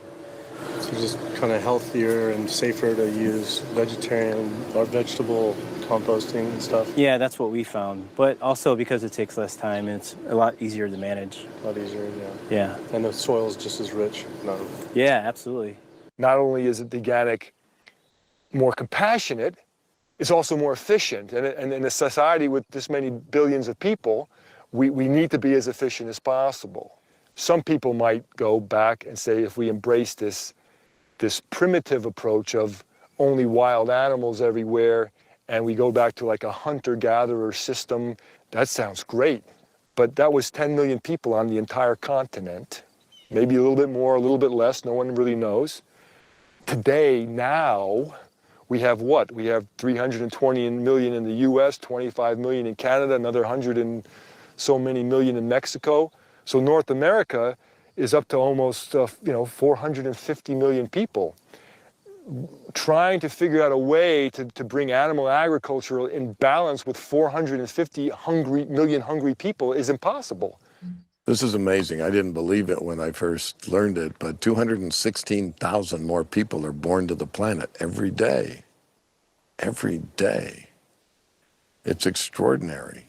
But what's really extraordinary is you need, per day, 34,000 new acres of farmable land. It's not happening. To feed a person on an all plant-based vegan diet for a year requires just 1/6 of an acre of land. To feed that same person on a vegetarian diet that includes eggs and dairy requires 3 times as much land. To feed an average U.S. citizen's high-consumption diet of meat, dairy, and eggs requires 18 times as much land. This is because you can produce 37,000 pounds of vegetables on 1.5 acres, but only 375 pounds of meat on that same plot of land. I also learned the comparison doesn't end with land use. A vegan diet produces half as much CO2 as an American omnivore, uses 1/11th the amount of fossil fuels, 1/13th the amount of water, and 1/18th of the amount of land. After adding this all up, I realized I had the choice every single day to save over 1,100 gallons of water, 45 pounds of grain, 30 square feet of forested land, the equivalent of 20 pounds of CO2, and one animal's life, every single day. If we all, as a society, did go vegan, and we moved away from eating animal foods and toward a plant-based diet, well, what would happen? If we didn't kill all these cows and eat them, then we wouldn't have to breed all these cows, because we're breeding cows and chickens and pigs and fishes. We're breeding them over and over again, relentlessly. So if we didn't breed them, then we wouldn't have to feed them. If we didn't have to feed them, then we wouldn't have to devote all this land to growing grains and legumes and so forth to feed to them. And so then the forest could come back, wildlife could come back, the oceans would come back, the rivers would run clean again, the air would come back, health would return. Renewable energy infrastructure, such as building solar and wind generators all over our country to reduce climate change, I mean, that's a pretty good idea, but it's projected to take at least 20 years. And at least minimally $18 trillion to develop. You know, it's important to... Gente, e aqui eu tô fazendo um adendo tem só mais 3 minutinhos, tá? Mas aqui ele tá falando um pouco sobre as energias. Em outras partes desse documentário, eles também comentam, tá, sobre fontes alternativas, fazendo essas comparações de emissões de gás metano, né, por conta de animais, de dióxido de carbono, óxido nitroso, fazendo comparações e falando de energias limpas. E aqui eles só estão concluindo, porque, como eu disse, né, eu não passei inteiro, tem 1h30, eu passei alguns trechos para vocês na segunda-feira. E aí, por isso que eu falo, caso vocês tenham tempo e queiram, quiserem assistir inteiro, fala essas questões. E aqui, quando ele fala da vida selvagem também, tem uma parte desse documentário mais para trás, que tem uns 10 minutos falando só sobre a questão de como os animais silvestres, eles, na segunda-feira eu tinha passado, que ele comenta, né, que antes de nós, 99% da biomassa que nós tínhamos na Terra estava relacionada com seres vivos que não éramos nós, e agora 98% da nossa biomassa, a gente está falando de animais voltados para a indústria da pecuária, né, e pecuária de corte, leiteira, e consumida por nós, seres humanos. E aí, eles falam sobre isso só nos Estados Unidos, fora nos outros países e outras realidades. Na verdade, eles comentam também sobre a realidade de alguns países do continente africano, né, de como os animais silvestres e a vida selvagem nesses países, e aí no caso dos Estados Unidos também, como ela foi extremamente afetada por conta do uso de agronegócio, pecuária e afins, né, e como o uso da terra mudou drasticamente nas últimas décadas, e que esses animais, cada vez mais, eles entram em conflitos, né, eles estão, eles têm as suas áreas, seus habitats naturais devastados, ou completamente degradados, e aí devastados para introdução, né, de pecuária e pastos e afins, e aí eles muitas vezes vão para áreas urbanas, ou dentro dessas áreas rurais, eles acabam invadindo fazendas e afins. A gente, no Brasil, tem muitos dados disso também, né, a gente vê notícias horríveis disso, desses animais que são mortos, e porque se eles invadem uma propriedade, sei lá, comem os animais dessa propriedade, eles inevitavelmente serão caçados e mortos, ou coisas parecidas, né? E aí fala também, tem um trecho bem grande falando sobre isso, de como estão os números e a situação desses animais que vivem nessas áreas silvestres, essas áreas selvagens dentro do país, no caso dos Estados Unidos, né? E como eles estão cada vez mais cercados mesmo, né? Por conta das destinações do uso da terra voltada para a pecuária. Então, é bem interessante. Eu não quis colocar, porque mostram cenas e tal, né, desses animais sendo abatidos e afins, e aí é um tema muito sensível, enfim, eu achei melhor não colocar. Mas ele comenta também aqui, tá bom? Em outra parte desse documentário. E aqui que ele está falando das fontes de energia, dessas projeções, e do quanto custa, desses valores todos, aí, novamente, é só falando dos Estados Unidos. A gente não está falando de exemplos de outros países, tá bom? Só para contextualizar. Eu vou colocar aqui, tem mais 4 minutinhos, tá? To realize that we don't have that long of a time frame. We just talked about how it might be a 3 to 4 year time frame. So we don't really have 20 years, and we really don't have $18 trillion to develop these. So another solution to climate change, we could stop eating animals, and it could be done today. It doesn't have to take 20 years, and it certainly doesn't have to take $18 trillion because it costs nothing. Some people say, well, let's fix CO2 and then we can worry about the methane. Well, it's the other way around. It actually makes sense. Do something about methane because you get a response right away. Quietly and unmistakably, the most powerful thing that someone can do for the environment. No other lifestyle choice has a farther-reaching and more profoundly positive impact on the planet and all life on Earth than choosing to stop consuming animals and live a vegan lifestyle. Do you realize 75% of Americans consider themselves to be environmentalists? You don't think we couldn't solve this problem in a heartbeat? I'll tell you what, all we would need is for the environmentalists to live what they profess. Bom, gente, deixa eu só voltar aqui.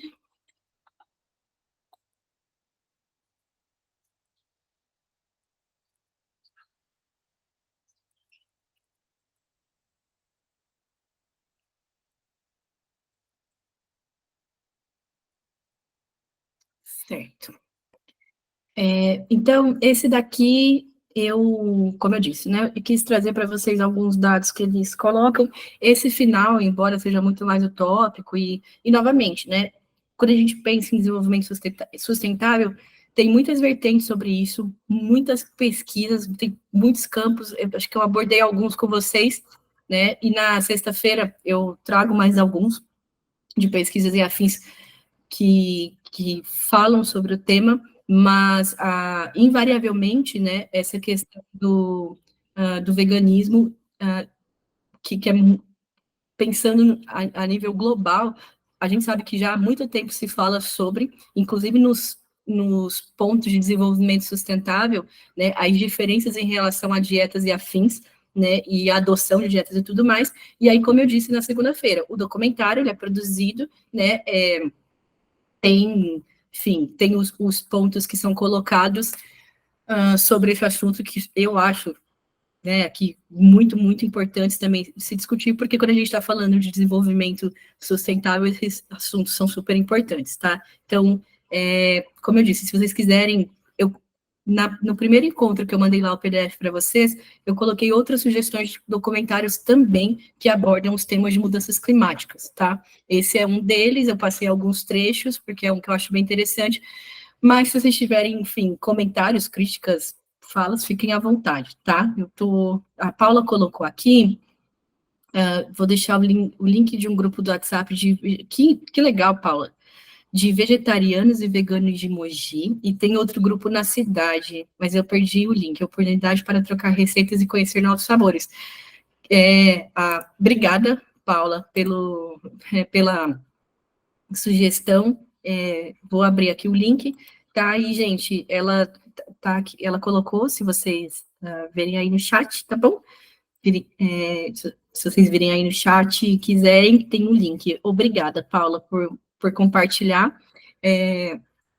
Enfim, é isso, gente. Eu quis trazer esse documentário, ele fala sobre uma série de questões relacionadas a desenvolvimento sustentável, né? E há muitos pontos problemáticos de uso da terra, de uso dos recursos naturais. Eu mostrei alguns da segunda e quis finalizar esses de hoje, né? Então, caso vocês assistam e achem interessante, se gostarem, me avisem depois, tá? Vocês têm meu contato que está no grupo, porque esse ou qualquer outro material que vocês vejam, tá? Eu achei interessante trazer também. E aí, enfim, quis comentar, tá? Paula, obrigada aqui pelo grupo, pelo convite. Alguém mais gostaria de comentar, gente, sobre esses pontos? Tudo bem? Algum comentário?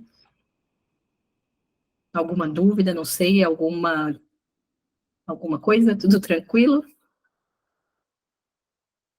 Sim. Então, tá bom. Então, é o seguinte, eu vou voltar aqui para o tema, tá? Qualquer coisa me avisem, tudo bem?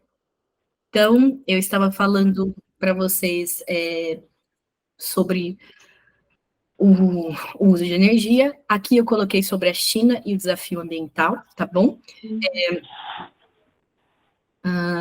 Vamos lá. Certo. Jéssica. Oi? É a Zilda falando. Oi, Zilda, tudo bem? Tudo. Jéssica, uma coisa que eu estou observando também, né? É que para que possa criar animais para corte, os outros animais que estão no meio ambiente, né? Eles acabam sendo exterminados, né? Porque o pasto é preparado para as vacas.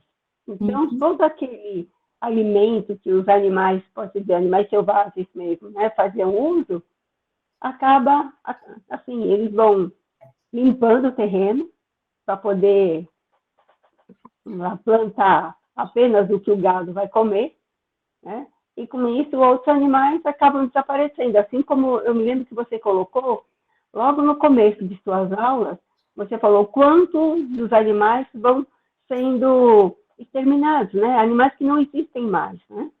Eu acho que isso tem muito a ver com as escolhas que nós, né, que os homens fazem para a sua sobrevivência, né?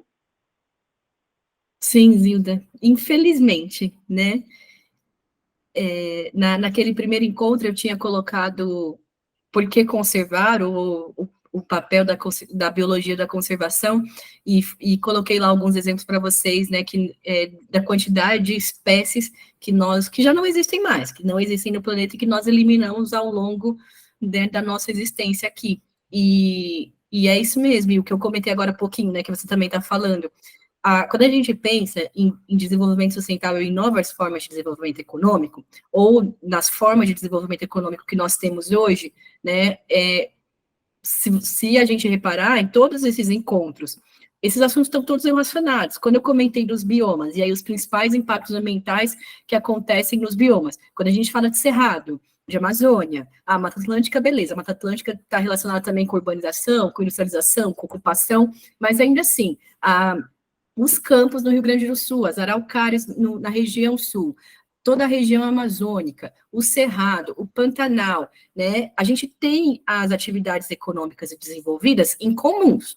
Então, agronegócio, pecuária leiteira, pecuária de corte, né, que estão dentro desse mesmo ponto, agricultura comercial, e aí, novamente, mas tem todas as questões do quanto a gente exporta, do desenvolvimento econômico, de como é importante, né, e beleza, eu coloquei até aspectos para vocês, eu acho que vocês se lembram lá naquele primeiro encontro, que eu estava falando sobre a questão da Amazônia, a crise climática, a importância dos rios voadores, inclusive para o agronegócio que está à mercê de intempéries, né, e se a gente está falando da maior parte das áreas no Brasil de agronegócio que não tem agricultura irrigável, né, então depende de chuvas, isso é super importante, mas aí muitas vezes, e aí novamente, eu insisti em querer passar alguns trechinhos desse documentário, porque esse ponto em relação aos animais selvagens e aos animais que vivem em áreas silvestres e eles perdem essas áreas, a gente já tem muitos problemas relacionados à biopirataria, tráfico de animais silvestres,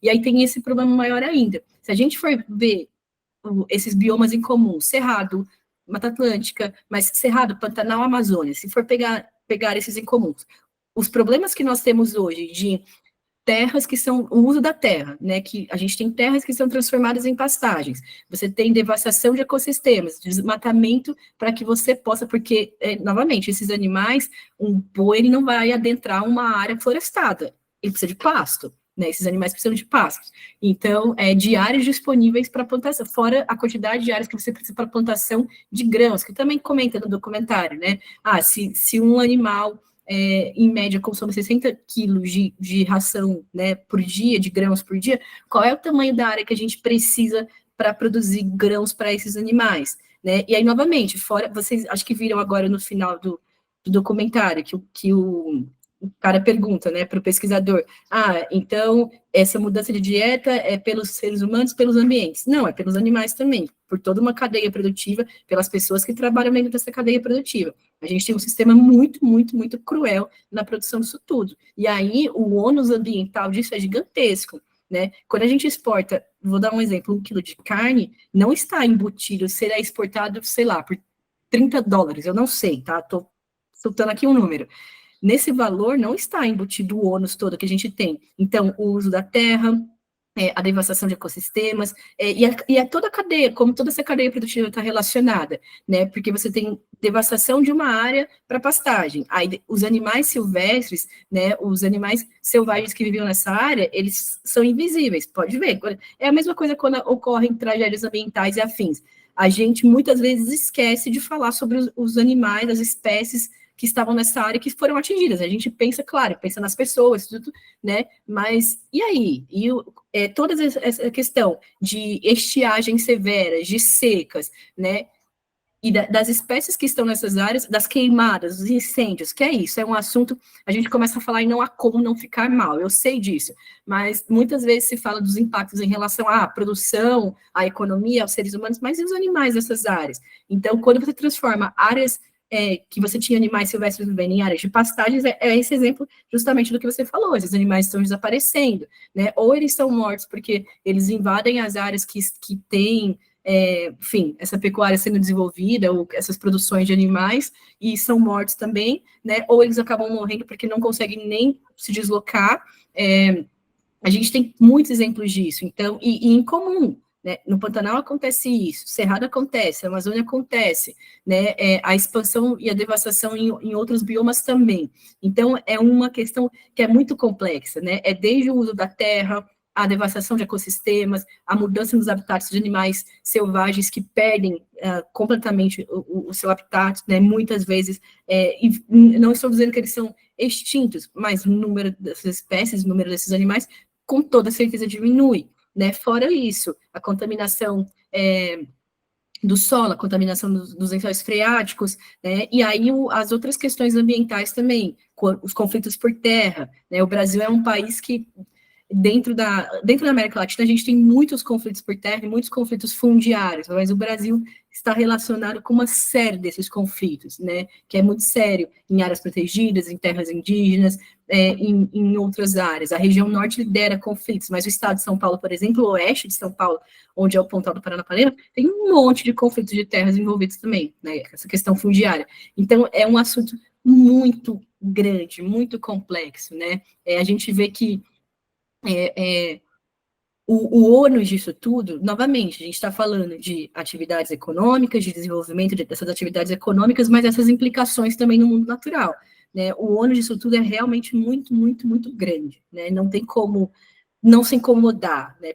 Pelo menos não se incomodar com tudo isso, né? Então, você tem toda a razão, Zilda, e é muito complicado, é muito triste, né? Hoje eu vi uma notícia sobre isso, que o IBAMA, ele multou em mais de 100 milhões de reais proprietários responsáveis que foram responsabilizados, né, na Amazônia por incêndios criminosos. Tudo bem, isso é bom, tá bom, foi multado, foi penalizado, foi responsabilizado, mas a gente sabe que, em relação às questões jurídicas, nós temos muitos parênteses também no Brasil em relação a isso, porque multas ambientais, né, você consegue recorrer, tem várias instâncias jurídicas, eu não entendo dessa área, tá bom? Então eu vou me até aqui para não falar nenhuma besteira, mas a gente sabe que muitas dessas compensações ambientais ou dessas multas ou penalizações não acontecem de fato, né? Já se sabe também que grande parte desses incêndios que estão acontecendo no Brasil afora são criminosos, e então, novamente, é um efeito dominó, né? E a cadeia disso tudo, essa cadeia produtiva, ela é gigantesca, ela envolve muitas coisas, né? É bem, bem complicado. Mas, enfim, Zilda, obrigada, tá? Pelo comentário, eu vou... enfim, daria para falar muito mais coisa disso, né? Mas eu estou tentando sistematizar aqui o que eu estou falando para ficar claro. Mas é difícil mesmo, enfim, dói, é complicado, né? É difícil. Obrigada pelo comentário. Imagina, obrigada, viu, por comentar. Gente, tudo bem? Mais alguma coisa? A Zilda, ou enfim, tem mais alguém que queira comentar? Tudo tranquilo? Tá certo, então. Eu vou seguir aqui, tá bom? Qualquer coisa me avisem, tá? Então, eu coloquei aqui para vocês sobre o desafio ambiental na China. Naquele cronograma inicial que eu fiz para vocês, eu tinha comentado de falar sobre as questões da China, porque hoje, né, é o maior emissor de gases poluentes que a gente tem. E aí a China, ela está passando por um processo de transição também, né, para o uso de energia limpa. E um dos objetivos é tirar a dependência tirar a indústria do país da dependência do carvão. Então, novamente, quando a gente vê esses processos de transição para energia limpa, para novas fontes de energia, tem a questão ambiental que é importante, né? Tem as metas colocadas em relação à descarbonização, mas tem um outro fator, que é a dependência que esses países têm de fontes de combustíveis fósseis, como eu estava comentando aí no caso da Europa, ok? Então, essa notícia que eu peguei do Financial Times, ela saiu há pouquíssimo tempo, é bem recente, e aí eu dei uns prints das partes que eu achei mais interessante, mas tem a notícia na íntegra também, caso vocês queiram ver, tá? Nessa notícia, eles fazem uma análise gigante sobre a China, então eu só coloquei alguns pontos, porque senão, sei lá, ia ficar muito, muito grande, mas é bem interessante porque eles falam do histórico econômico. Na segunda eu comentei um pouquinho também do histórico econômico da China com vocês, né? Mas aí fala, o país atingiu um método de capacidade instalada de fonte solar e eólica 6 anos antes do previsto, e quer mais, né? E aí fala, a aceleração da transição verde da China, sobre essa aceleração, 2/3 de todos os novos projetos de energia solar e eólica estão baseados no país. Mas para afastar a indústria do carvão, Pequim precisa criar um verdadeiro mercado energético. A descarbonização é a chave para desbloquear a ambição de longa data de Xi Jinping de independência energética para a China, né? Aqui tem um exemplo, então, uma usina de energia movida a carvão em Pequim. A China queima mais carvão do que o resto do mundo em conjunto. o que contribui para aumentar as emissões de gás de efeito estufa no país, né? Em 2023, o consumo de carvão no país chegou a um recorde de quase 9 bilhões de toneladas queimadas, segundo a Agência Internacional de Energia. A entidade ressaltou que em 2023 houve um crescimento no consumo da China, com um aumento de 220 milhões de toneladas, em comparação a 2022. Na Índia, foi um avanço de quase 100 milhões. Também foram queimados 23 milhões na Indonésia, né, o que representa um aumento de 11%. Então, novamente, a China, nesse contexto, é o país que mais polui, né. Aqui, eu já tinha comentado sobre esse livro com vocês, de Olhares sobre o Mundo Contemporâneo, de Geopolítica e Meio Ambiente, e aí eu trouxe aqui alguns trechinhos dele também, tá? Não tem o digital, então eu botei... enfim, escaneei aqui, mas dá para ver que fala, a questão da poluição atmosférica foi tão grave na China que em 2013 Pequim tinha 45 vezes mais poluentes no ar, e todos aqueles poluentes que eu falei no começo da aula, né, e que aqueles materiais de partículas, aqueles materiais particulares que ficam em suspensão no ar, então a China, Pequim tinha 45 vezes mais poluentes no ar do que é considerado aceitável pela OMS. Pequim foi tomada por uma densa nuvem de poluição e tornou o ar praticamente irrespirável. Nessa época, a China tinha 7 cidades mais poluídas do mundo, né? Um estudo da Universidade de Atlanta revelou que 30 milhões de pessoas foram vítimas de poluição atmosférica e acabaram morrendo precocemente entre os anos 2000 até 2016 na China. Então, aquilo que eu comentei no começo da aula com vocês, o quanto a qualidade do ar interfere na esperança de vida e na expectativa de vida das pessoas, né? E vejam, a gente está falando de 30 milhões. Tudo bem, a China tem 1 bilhão e 400 milhões de pessoas. Mas, cara, 30 milhões de pessoas tendo esse número é muita coisa, né? E aqui fala sobre o desafio ambiental da China. Ele coloca essa foto, né, dessa estátua de pandas em Pequim, em um dia limpo e um dia com material particulado, para vocês verem a diferença. E aí fala aqui, a principal causa desse intenso fenômeno de poluição atmosférica é o acentuado e rápido processo de industrialização. Lembrando que o país ainda utiliza largamente o carvão mineral como fonte de energia. A China é a maior produtora mundial de carvão e cerca de mais de 50% de toda a energia gerada provém da queima desse combustível fóssil no país, né, que é extremamente poluente. Entretanto, ela vem reduzindo o consumo desse mineral, que passou de 70% para 57% na composição da matriz energética. É uma redução significativa, visto que o consumo de energia cresceu nesse mesmo período, né, cerca de 50%.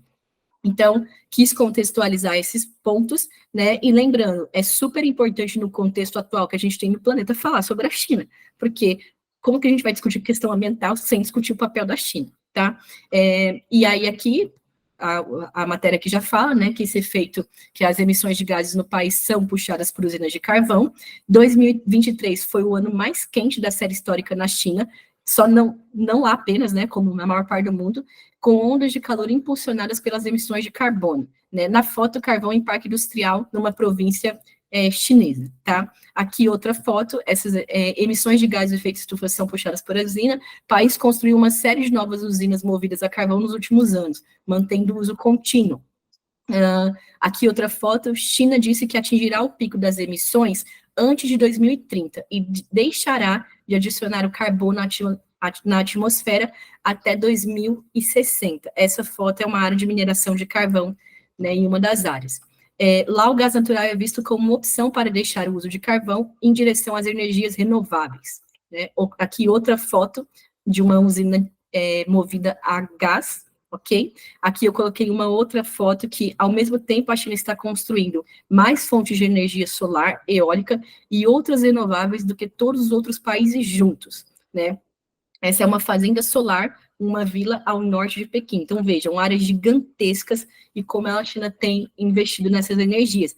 Novamente, tem toda uma questão ambiental envolvida, porque é o país que mais polui, né, no mundo. Aqui, uma foto de um parque eólico, que a China é o maior fabricante mundial de turbinas eólicas, e com os aumentos de emissões de gases de efeito estufa, o país busca desenvolver energia renovável e nuclear, tá? E aqui, essas fotos aqui, gente, são da BBC, do mesmo artigo do Reino Unido que eu mostrei para vocês na segunda-feira. Então, o artigo da BBC, ele fez uma uma contraposição, né? Ele colocou que o Reino Unido aboliu as usinas termoelétricas, né, com base no carvão, e mostra a China, mostra esse processo de transição. E aí essa é a pesquisa, o artigo original que saiu sobre que a China acelera essa transição verde, né, no país, e que a maior parte dos projetos no país, que 2/3 dos projetos de energia limpa, né, solar e eólica, sobretudo, estão sendo desenvolvidas na China, e que a descarbonização, né, vai ser a chave para o desenvolvimento econômico do país e para a independência energética do país a longo prazo. Né? E aí, aqui tem mais dados, tá bom? Eu não vou ler tudo, eu sei que vocês já estão cansados, mas fiquem à vontade depois, se vocês quiserem ver. Então, fala sobre os painéis solares, né, e as turbinas eólicas, e a escala e o ritmo de transição do país para se distanciar dos combustíveis fósseis, que superam as previsões internacionais, né, e excederam, inclusive, as próprias metas do país, o que colocou o resto do mundo em alerta. E aqui fala os números que a China atingiu, as centenas de milhões de lares, né, que a cada ano estão sendo beneficiados pela instalação de energia eólica e solar, que a ideia é até 2030 modernizar ainda mais essas redes de transmissão, e que a ideia é que até 2060 eles cheguem naquilo que eu comentei com vocês de neutralidade zero, né, que quiser zerar a emissão de dióxido de carbono, mas fala também, né, que para completar essa transição do carvão para energias renováveis, as autoridades chinesas precisam implementar uma nova reforma política, né, no sistema elétrico, que isso já é um assunto que a longo prazo é um pouco mais complicado, e que será necessária uma maior liberalização do setor elétrico para uma maior descarbonização, né. E aí aqui tem alguns dados mostrando o total de gasto em rede elétrica, então na China, na Europa, nos Estados Unidos e no resto do mundo, né, as projeções até 2025, vejam o resto do mundo e vejam aqui da China sozinha ultrapassa Europa e Estados Unidos, que tem grandes produções e gastos com energia elétrica, inclusive o resto do mundo, né, a China quase ultrapassa aqui em 2025 a projeção para o resto do mundo. Né, o impacto ambiental de uma China mais limpa é significativo, não apenas para 1 bilhão e 400 milhões de pessoas do país, mas para as empresas que compõem a segunda maior economia do mundo, né? Por décadas, a China desempenhou o papel de fábrica do mundo e era, de longe, o seu maior poluidor, responsável por 30% das emissões globais, né? Isso é muita coisa. Também fala que essa descarbonização é fundamental para desbloquear a ambição econômica de dependência energética do país, como eu comentei com vocês, ainda mais porque a China vive atualmente uma guerra comercial com os Estados Unidos e com outros países ocidentais que também apoiam os Estados Unidos, né? Aqui tem um outro gráfico mostrando, então, a geração de energia solar e eólica no país, que mais do que dobrou, né, nos últimos 6 anos. Aí mostra aqui em 2018, vejam que a solar e a eólica aparecem aqui, né, então, em 2018, vejam aqui a eólica e a solar nessa barrinha, né, e aí vejam aqui em 2024 como aumentou significativamente, tanto aqui a solar que vocês estão vendo, como a eólica, além de outras fontes, né, a hidro, a termal, as termoelétricas que ainda tem, vejam aqui as barras em cinzas, porque isso é importante também, embora o artigo seja para comentar, né, desses avanços de energias limpas, essa transição para energias limpas, vejam que as termoelétricas ainda têm um papel grande aqui, né, nos 2 gráficos que aparecem para vocês, tá, e a nuclear aparece aqui em cima, ok? E aqui coloquei algumas fotos mostrando, essa daqui é de uma área, né, de mineração de carvão, e que os ambientalistas ainda estão preocupados em relação ao ritmo, né, lento para retirar essas muitas plantas de energia de termoelétrica geradas no país, né. Então, aqui tem uma foto mostrando as hidrelétricas, a energia eólica, os parques eólicos que estão se expandindo no país, e vejam, são áreas imensas, né, os parques eólicos sempre surpreendem, né, são áreas muito grandes, e essa daqui é de uma área próxima a uma área no norte da China, próxima à área de desertos, que tem produções só de painéis eólicos, né, a perder de vista, são gigantescos, são áreas gigantescas de produção de painéis, desculpa, gente, de painéis solares, é o horário aqui, eu já estou falando há muito tempo, não de painéis eólicos, aqui parques eólicos, aqui painéis solares. Na União Europeia também há parques solares gigantes, né, com esses painéis, essas placas solares que são desenvolvidas, mas a China realmente, bom, vejam o que falou, né, 2/3 da produção de energia limpa, né, ou de energias renováveis no planeta, hoje estão contidas na China. Isso é coisa pra caramba, né? Então, o da China é isso que eu quis deixar para vocês, tá bom? Se vocês quiserem ver depois o artigo na íntegra, tem muitas coisas interessantes, tem muitos gráficos, eu coloquei o link dele, tá aqui, tá? Que é o título do artigo mesmo, e aí a Folha traduziu, que é esse daqui, peraí, eu mostrei para vocês. Aqui, ó. China acelera a transição para energia limpa e tenta tirar a indústria da dependência do carvão, tá bom? Então, lá tem, como eu comentei, muitos outros dados sobre, tá? E aí eu quis trazer esses dados para vocês, porque o impacto em relação ao que a China produz, né, 30% das emissões globais estão contidas só no país, é 1/3 do planeta, basicamente, é muita coisa. E aí eu termino, né, falando aquilo que eu comentei com vocês sobre Tuvalu novamente, que eu falei aí nos últimos 2 encontros, e os vários países insulares que devem desaparecer, ou, enfim, ter grandes problemas por conta do avanço do nível do mar, né, que falava 1%, esses países insulares, essas nações insulares são responsáveis por 1%, né, 1% das emissões de gases poluentes, mas elas são as primeiras no mundo todo que estão desaparecendo, né, então, da China era isso, basicamente, tá?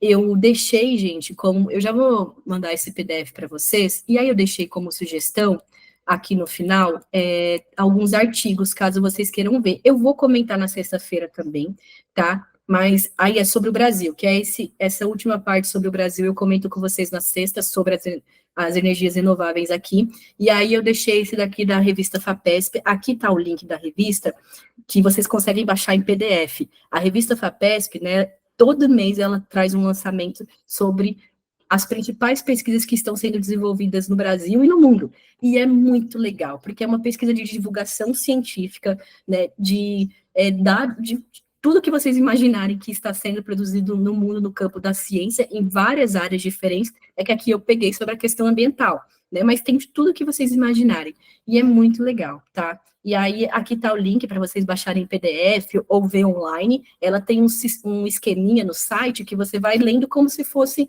um e-book mesmo, é bem legal, tá? E aí essa pesquisa fala sobre combustível para o futuro, né? Brasil avança em pesquisa e produção de hidrogênio sustentável, uma aposta para a transição energética. E aí o nome é Na Rota do Hidrogênio Sustentável. É bem legal. Então eu deixo tem várias coisas falando sobre o hidrogênio que eu comento com vocês na sexta-feira, e também no final eu deixei uma outra sugestão de leitura para vocês, que é essa daqui, falando sobre as estiagens da região amazônica de novo. Eu sei que eu falo muito sobre a Amazônia, mas de novo, e a espera de efeitos ainda mais drásticos sobre o que tem acontecido lá, tá bom? E aí tem o link também, e a sugestão tá aqui para vocês, tá? E no final tem os vídeos como sugestões de materiais complementares, que eu também deixei para vocês, caso vocês queiram assistir, tá bom? Então, são esses materiais. Na sexta-feira, eu finalizo com vocês esse tema, e aí, como eu disse no início da aula, se vocês tiverem sugestões e afins, me avisem, tá bom? Deixa eu passar. Oi? Alguém falou? Acho que não, né? Gente, caso vocês tenham comentários sobre essa parte final da China, sobre esses temas que eu estou falando, ou comentários gerais da aula, fiquem à vontade, tá bom? Eu estou aqui mais um pouquinho, ou dúvidas ou afins, comentários. Caso não, eu vou encerrar a aula, tá bom? Alguém quer comentar alguma coisa? Tá tudo bem? Tudo tranquilo? Tudo certo? Então, tá bom.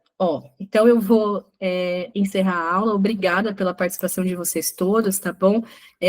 Paula, Zilda, as demais pessoas que falaram, Eduardo, todo mundo que comentou, obrigada aqui pelos links também que vocês deixaram. Obrigada mesmo, tá bom? A Andressa deu boa noite para todos vocês. Ah, tá, beleza, Alexandra tá tudo bem?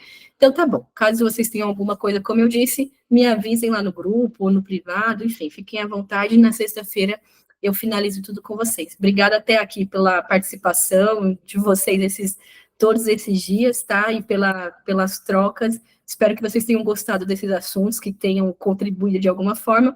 E eu já vou postar daqui a pouquinho o PDF para vocês lá, tá bom? Inclusive da aula passada. E aí essas sugestões complementares de vídeos, da FAPESP, das leituras sobre a China, ficam todas disponíveis também, tá bom? Obrigada, galera. Ótima noite, bom descanso para todo mundo. Valeu, obrigada.